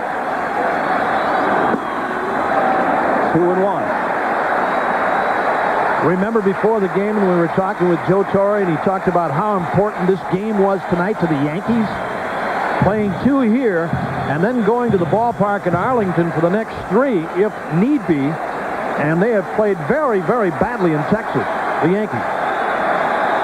Torrey said this was almost a must-win in Game 1.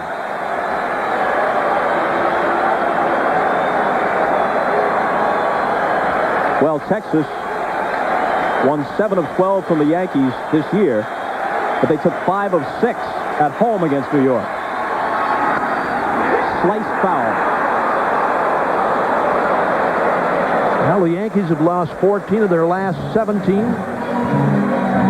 33 of their last 41 in Texas. Here's that last hack by Jeter. It's that line drive into the lower seats and right. Here it is again. Good pitch to hit. A little bit tardy. Lines it foul.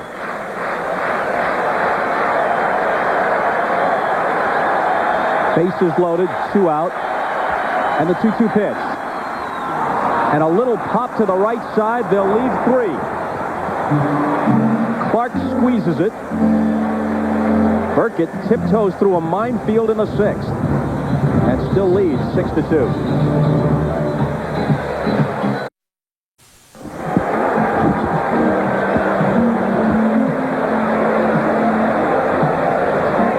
David Cohn's night is over.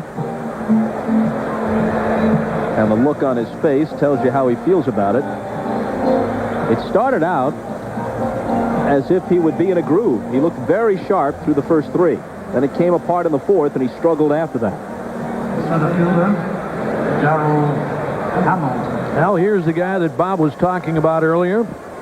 The much maligned Graham Lloyd, who has really been taken apart by the Yankee fans and the Yankee press. And talking about press, he hasn't been that impressive since being here, but this guy can get out left-handers. A tough play, but over to cover is Lloyd. And Hamilton is out.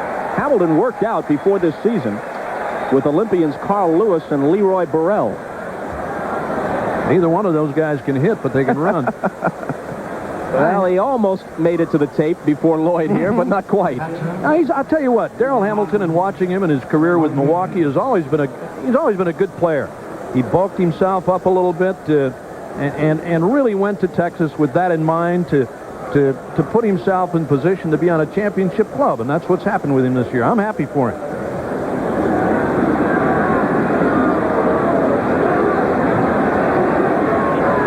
Rodriguez 1 for 3. The problem that Lloyd had after he came over here, Bob, was his inability to throw a curveball, he said, because of a little bone spur in his elbow. But he throws a cut fastball. He's got a good slider. And as I said before, he can get left-handers out, and without the problem, I mean, he's been a good pitcher. You saw his season numbers first, but pop that back up there if you can. These are the numbers in his short stint with the Yankees. In 5 2/3 innings, he's allowed 11 runs. Those are the kind of numbers that mock you from the back of a baseball card.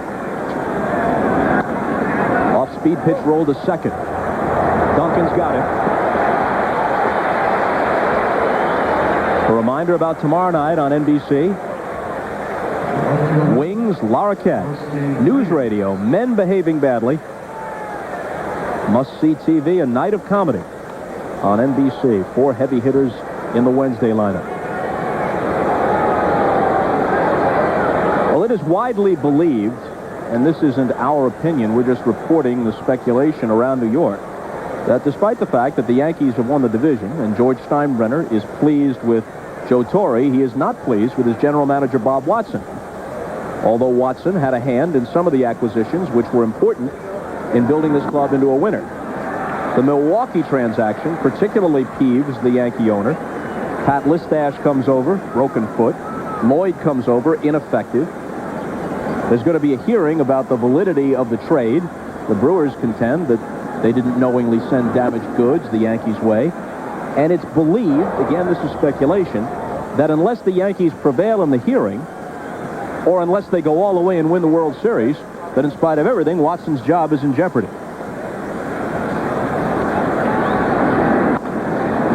Well, Lloyd is going to record a 1-2-3 inning, and I'm not so sure that's happened. Well, he's been wearing pinstripes. He's got to feel a bit better. Stretch time in the Bronx.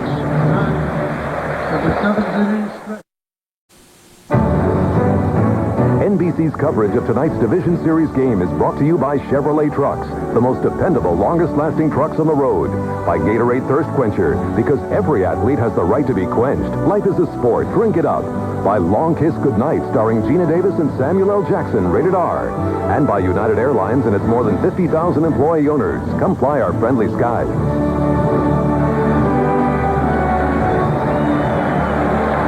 Shot from the Goodyear blimp. And inside Yankee Stadium, a crowd of better than 57,000. In fact, it's the largest crowd since Yankee Stadium was renovated. It used to seat better than 60,000. And they pack all the standing room folks in on those October days for the World Series in the 40s, 50s, and 60s. Raines lifts one to right on the first pitch here in the bottom of the 7th. Gonzalez has it lined up.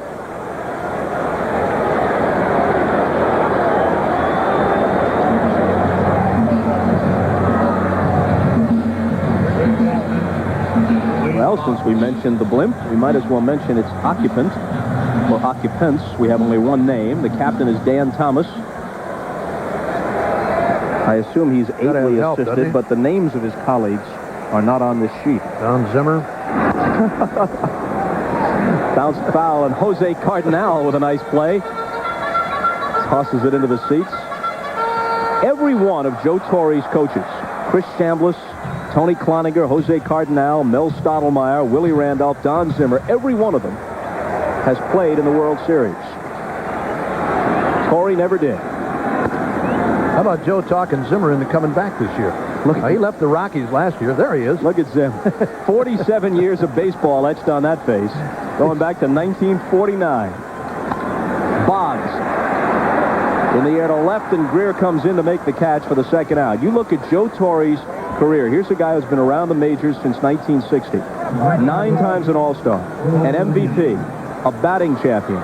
He caught Warren Spahn's 300th victory. He's managed 4 teams.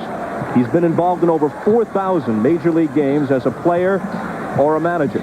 He even roomed with Bob Uecker, and despite all that, he's never been in the World Series. Yep. This could be the year. Yep, you're right. Maybe because of the last item, he's never been in a World Series.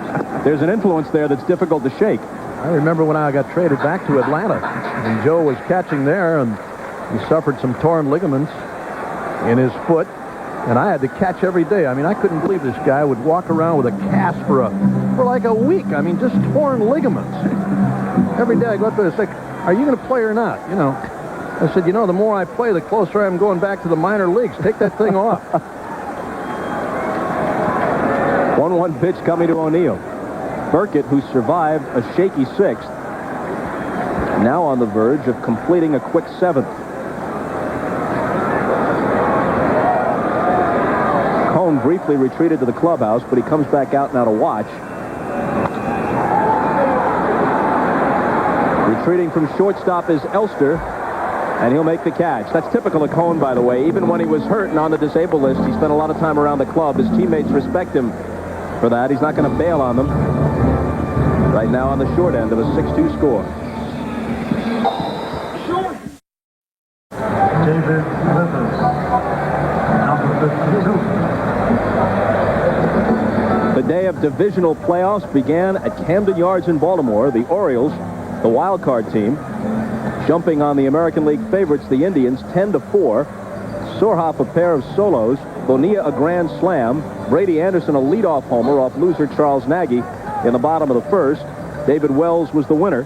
And then in St. Louis, a 3-run homer by Gary Gaetti in the 1st inning was all the Cardinals needed. Todd Stottlemyre the winner, Eckersley the save, and St. Louis takes a 1-0 lead. The lineup tomorrow, Joe Morgan on short sleep, works with John Miller, 1 Eastern time from Camden Yards. The Dodgers and the Braves get started, also on ESPN, 4 Eastern. And then back out here for Game 2, Andy Pettitte, the left-hander, who won 21, against 16-game winner for Texas, the right-hander Ken Hill. And you can see that game brought to you by our friends at Fox TV tomorrow night. You know, talking about Brady Anderson, back in the 2nd inning. Is that what it was? But you know, talking about all the home runs. That's what we were talking about. It occurs to me you can't follow the playoffs without a scorecard and a TV guide. That's right. There's David Weathers. He's the new Yankee pitcher. When I was talking about Anderson, we were talking about his 50 home runs. Only 19 came at Oriole Park. Supposedly a hitter's paradise. Gonzalez skies one to center. And Bernie Williams takes care of it.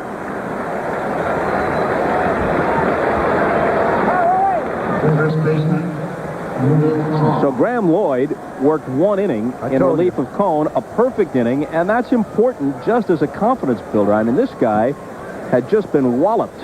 There he is, native of Australia.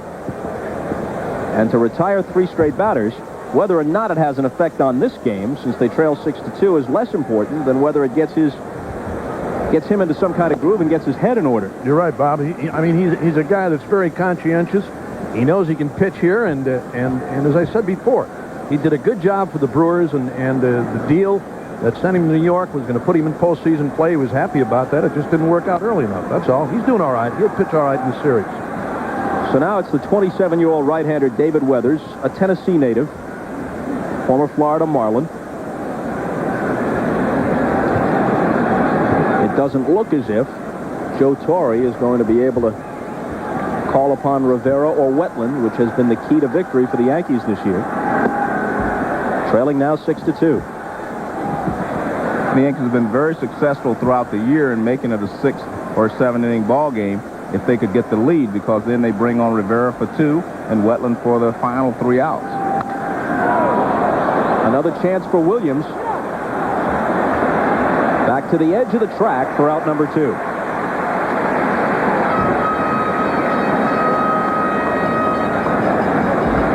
John Wetland leaning.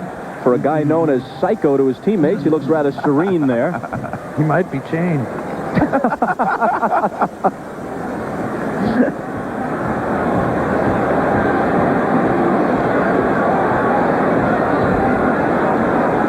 In a sense, a typical night for Tettleton. He hasn't put the ball in play. He struck out twice and walked, and he's usually around 100 in both those categories for a season. Throw in 24 homers and 83 RBIs.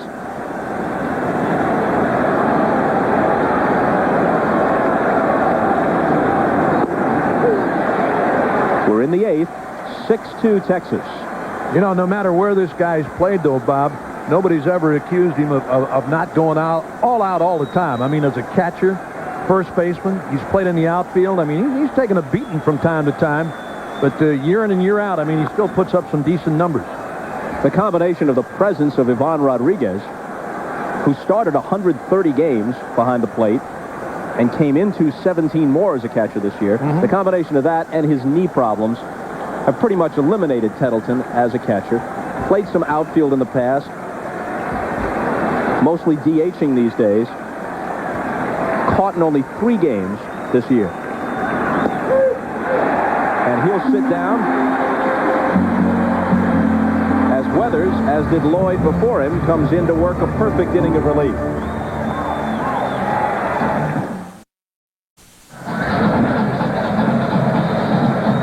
Hits are even, the runs are not, because 2 of the Texas hits are home runs. Gonzalez and Palmer in that 5-run 4th. John Burkett, who has pitched 2 complete games this year, 1 for the Marlins and 1 of his 10 regular season starts with the Rangers, works into the 8th.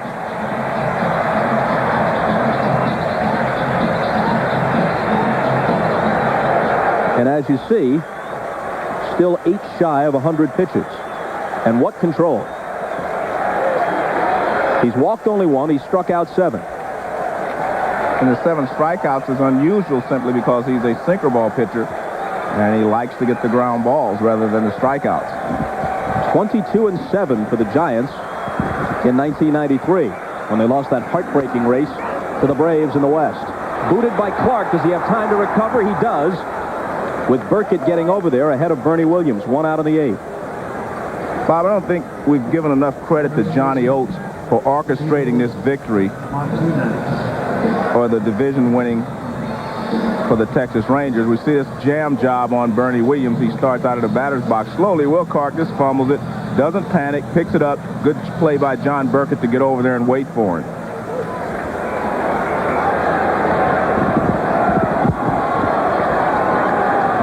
Tino Martinez. You were starting to say about... Yeah, Johnny Oates orchestrated this divisional title from spring training. He started by going to Gonzalez and saying, I want to move you to right field from left field, which will help their defense.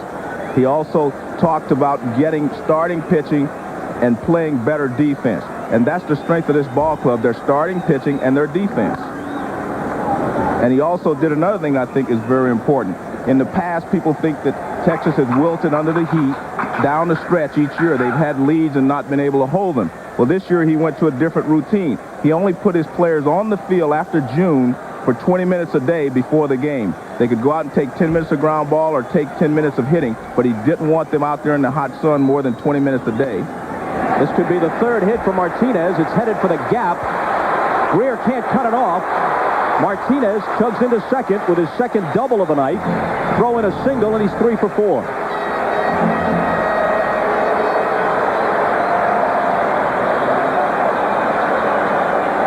One more time, it looked like a high fastball from Burkett, and Martinez, who doubled back in the fourth. He hit one up along the third baseline for a double. Sends this one to the gap. Greer can't get to it, and Hamilton finally runs it down. Tino Martinez, a one-out double. Texas bullpen is busy.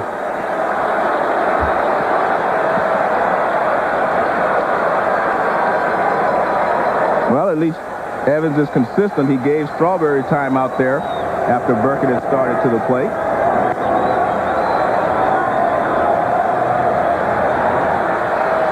Strawberry 0 for 3. Hit the ball hard one time.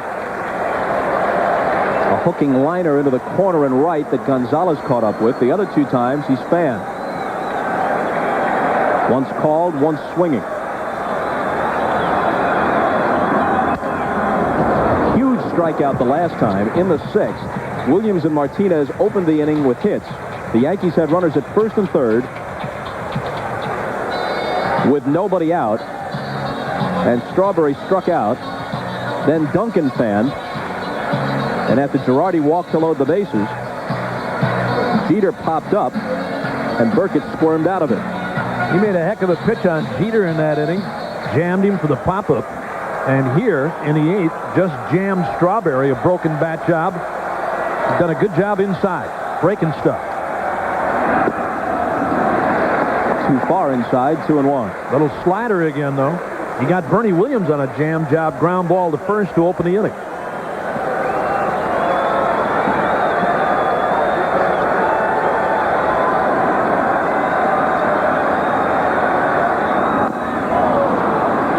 Pulled the string on him, 2-2. And that has been the pitch that he has used to set Strawberry up for the fastball to get him out each time. This is a beautiful changeup, and Strawberry way out in front.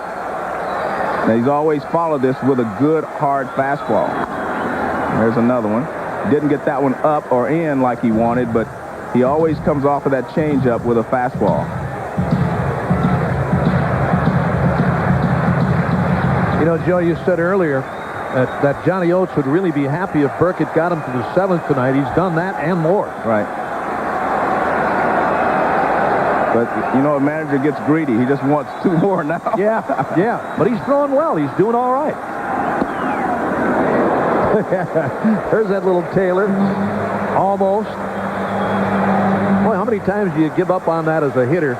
You see that ball coming inside. No matter how many times you face a guy, you still give up on it. Full count to Strawberry. Martinez at second. 1 out of the 8th. Yanks down 4. And he gets a little piece of it. Another changeup. There's a 3-2 changeup he threw him. It's unusual with a 4-run lead. Say, well, I can't walk anyone, but you can see that he takes a little bit off here. There's that changeup, and Strawberry a little bit out in front.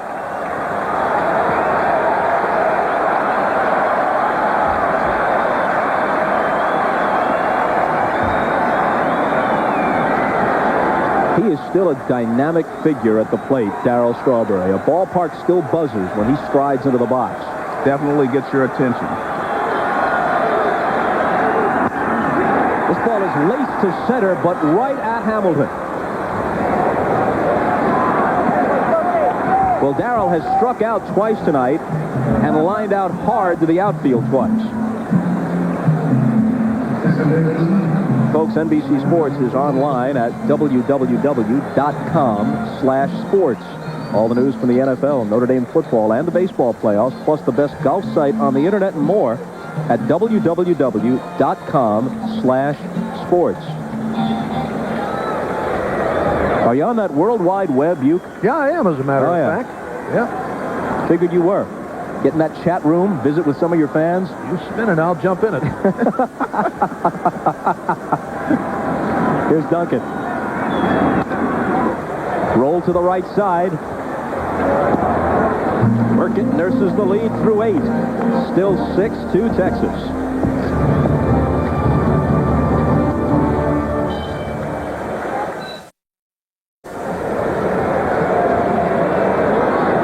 David Weathers back to work for his second inning in the top of the 9th. Dean Palmer is 2 for 3, a single and a 2-run homer.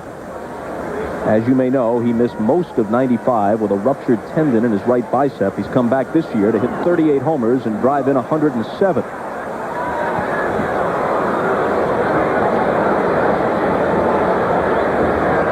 And they wondered in the offseason, since they were reasonably close in 95 in the West, what they might have done had he been there. Yep. Of course, up in Seattle this year, they can't help but regret the injury to Randy Johnson. You have to believe that they could have taken it to the wire or maybe outdone the Rangers if Johnson had been there all year long. They came close as it was.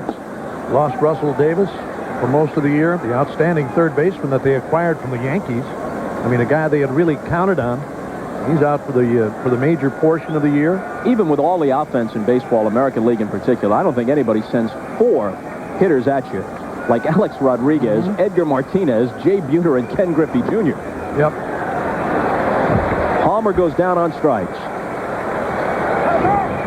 NBC's coverage of tonight's Division Series game is brought to you by the men and women of General Motors. People in motion. By UPS, moving at the speed of business. By MetLife, get Met, it pays. And by Goodyear, #1 in tires.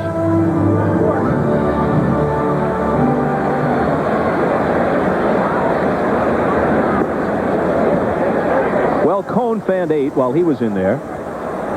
Weathers has added 2 more. And it's nothing unusual for Rangers to go down on strikes in double figures on any given day or night.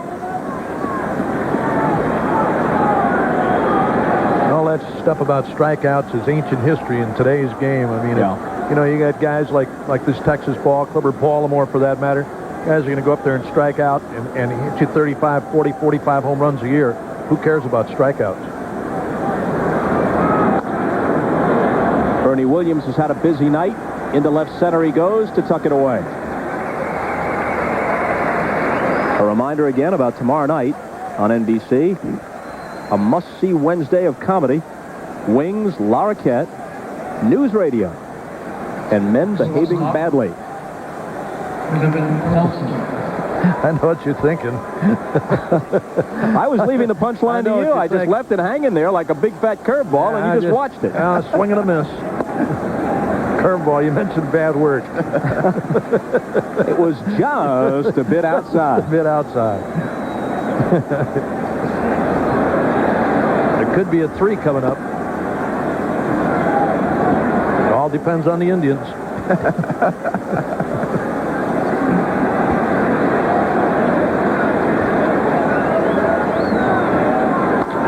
Elster hits it hard, but Jeter's got it. And we go to the bottom of the 9th. Let's see if Burkett comes out to try for the complete game. We'll be back to the Bronx. Last licks for the Yankees when we return.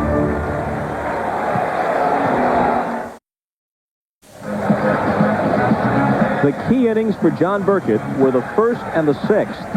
Yankees had 2nd and 3rd, nobody out.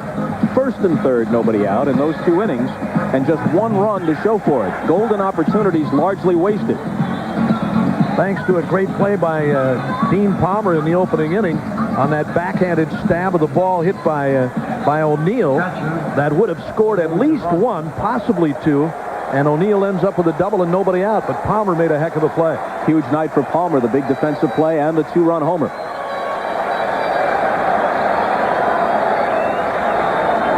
Well, the Yankees script calls for getting into both bullpens. Theirs, which is strong, and Texas's, which is relatively weak. It hasn't happened that way. No Rivera, no Wetland, because Texas has had the lead since the fourth. Burkett on the verge of a complete game.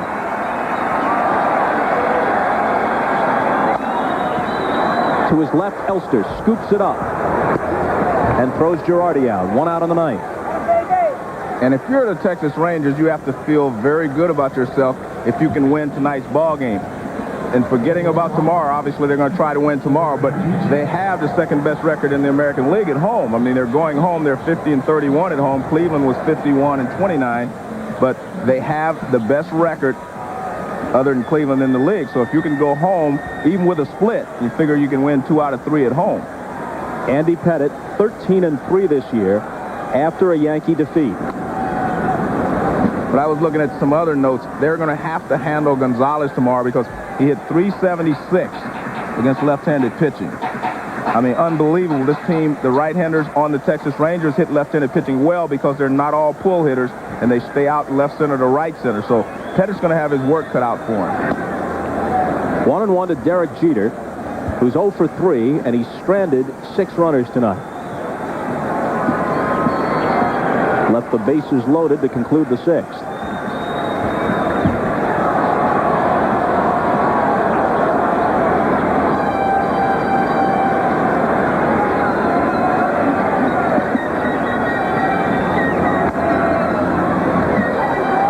Out of play behind the Yankee dugout, 1-2. Burkett started this inning having thrown 105 pitches. He's made some great pitches inside tonight, Yes. Bob. He really has. He did it on Jeter back in the 6th. And here again, this looked like a breaking ball or that cut fastball. And it was in tight on Jeter, and he fought it off, fouled it back. But he's made some really quality pitches. He really has. Watch Rodriguez set up outside. 2-2. Obviously, any postseason game is crucial. But in a best-of-5 series, that first game takes on added importance, especially if you lose it at home, where you have only 2, and the other team has potentially 3 at home, and they're a team that has dominated you so consistently in their ballpark as the Rangers have the Yankees. This is a huge defeat for the Yanks, assuming Burkett holds on. Well, that's what Joe Torre said before the game tonight. This was a very, very big game for the Yankees. You know, if they get out of here one apiece, I know Joe Torre is going to be awfully happy, but to take this opening game, the Yankees are saying, you know, hooray, we take game 2 tomorrow, and there's Andy Pettitte. He'll pitch tomorrow's game. You get out of here 2-0, go to Texas, and take your chances. But out of here 1-1, as you said, Bob, going down there where they've had problems, it's going to be tough. Look out. Just behind the camera well there, people sent scattering. Well, the Yankees left New York up 2-0 in the division series last year, went to Seattle, and in that scintillating series, lost 3 straight at the Kingdome. It was a great series, too. It was a thrilling series, despite the losers. Seattle, I'm telling you, I never saw anything like that in Seattle in all those years, Bob. And we were up there last year. In all the years that I've watched baseball in the Kingdome, never anything like that. Long night for Derek Jeter. Well, last year, I think the Mariners were kind of like a Cinderella team. And truthfully, the Texas team has taken on that type of an era this year because they figure like they're the underdog. Bounced toward the middle and through. So that's some consolation for him. Well, it doesn't help him leaving all those runners on base tonight, but it will help him for tomorrow. At least he'll come out feeling like, well, I've got it solved. I know the problems I was having first couple of innings, but that pitch is down and away, and he grounds it back through the middle. He's had problems with the balls inside tonight. That one's out over the plate. First hit of the night, but the first time he has batted with no one on base. The Yankees have out hit the Rangers tonight 10-8, but trail 6-2.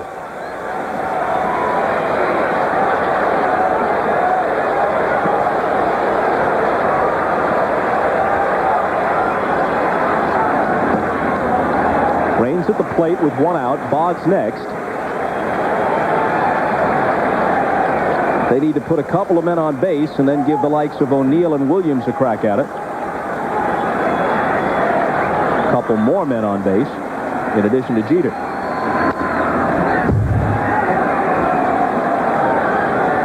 Another pitch inside from Burkett. Such a tough ball to hit fair unless you flare one someplace. I mean, if you get out in front of it, you're going to hit it foul. It's a tough pitch to hit fair to right. Watch it again. Here it is, inside, and you get out in front of it. You want to get out in front of it. You don't want him to throw it by you, and it's tough to keep it fair. 1-2 to Raines, who's 1 for 4 on the night.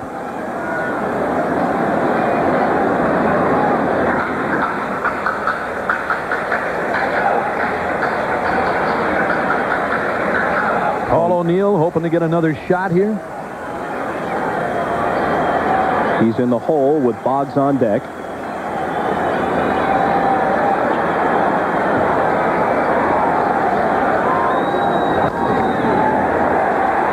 To his left is McLemore with a nice play, and from the outfield grass, he retires Raines. The Yankees are down to their last out.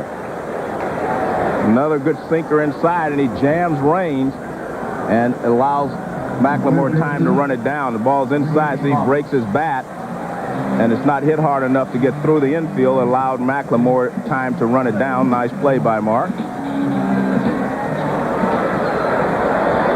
Good hustle by Mark. Takes his time, lines it up, and throws Raines out at first base. Again, this is a very good defensive team Texas puts on the field. A strike to Boggs, who doubled his first time and has been retired 3 times since. Struck him out in the 5th. He took 2 and then swung at a fastball and missed it.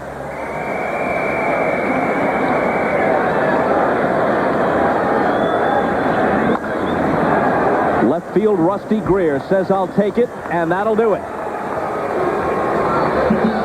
If this goes 5, Burkett and Cone will hook up again in the decider. But tonight, Burkett has by far the better of it. Goes the distance. Wins it 6-2 with home run support from Juan Gonzalez and Dean Palmer. And Texas comes into New York to capture game 1. They play Frank Sinatra at much lower decibels following a defeat. So very faintly in the background. The chairman of the board serenading the folks out of the ballpark in the Bronx.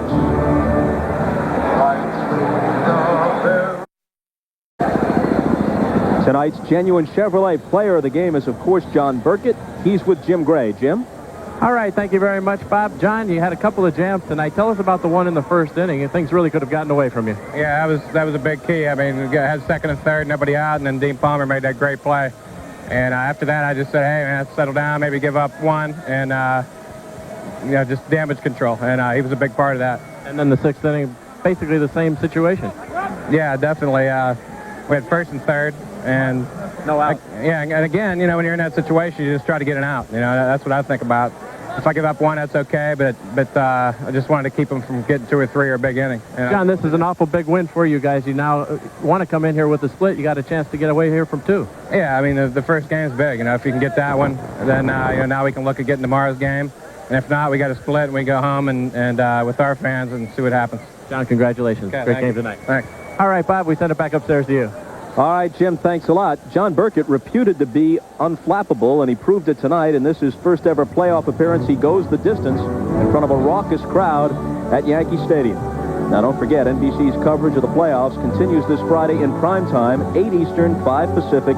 These same 2 teams in Game 3 from the ballpark in Arlington. That's Friday in prime time, 8 Eastern, 5 Pacific on NBC. Now, for most of you, stay tuned for your late local news, followed by The Tonight Show with Jay Leno.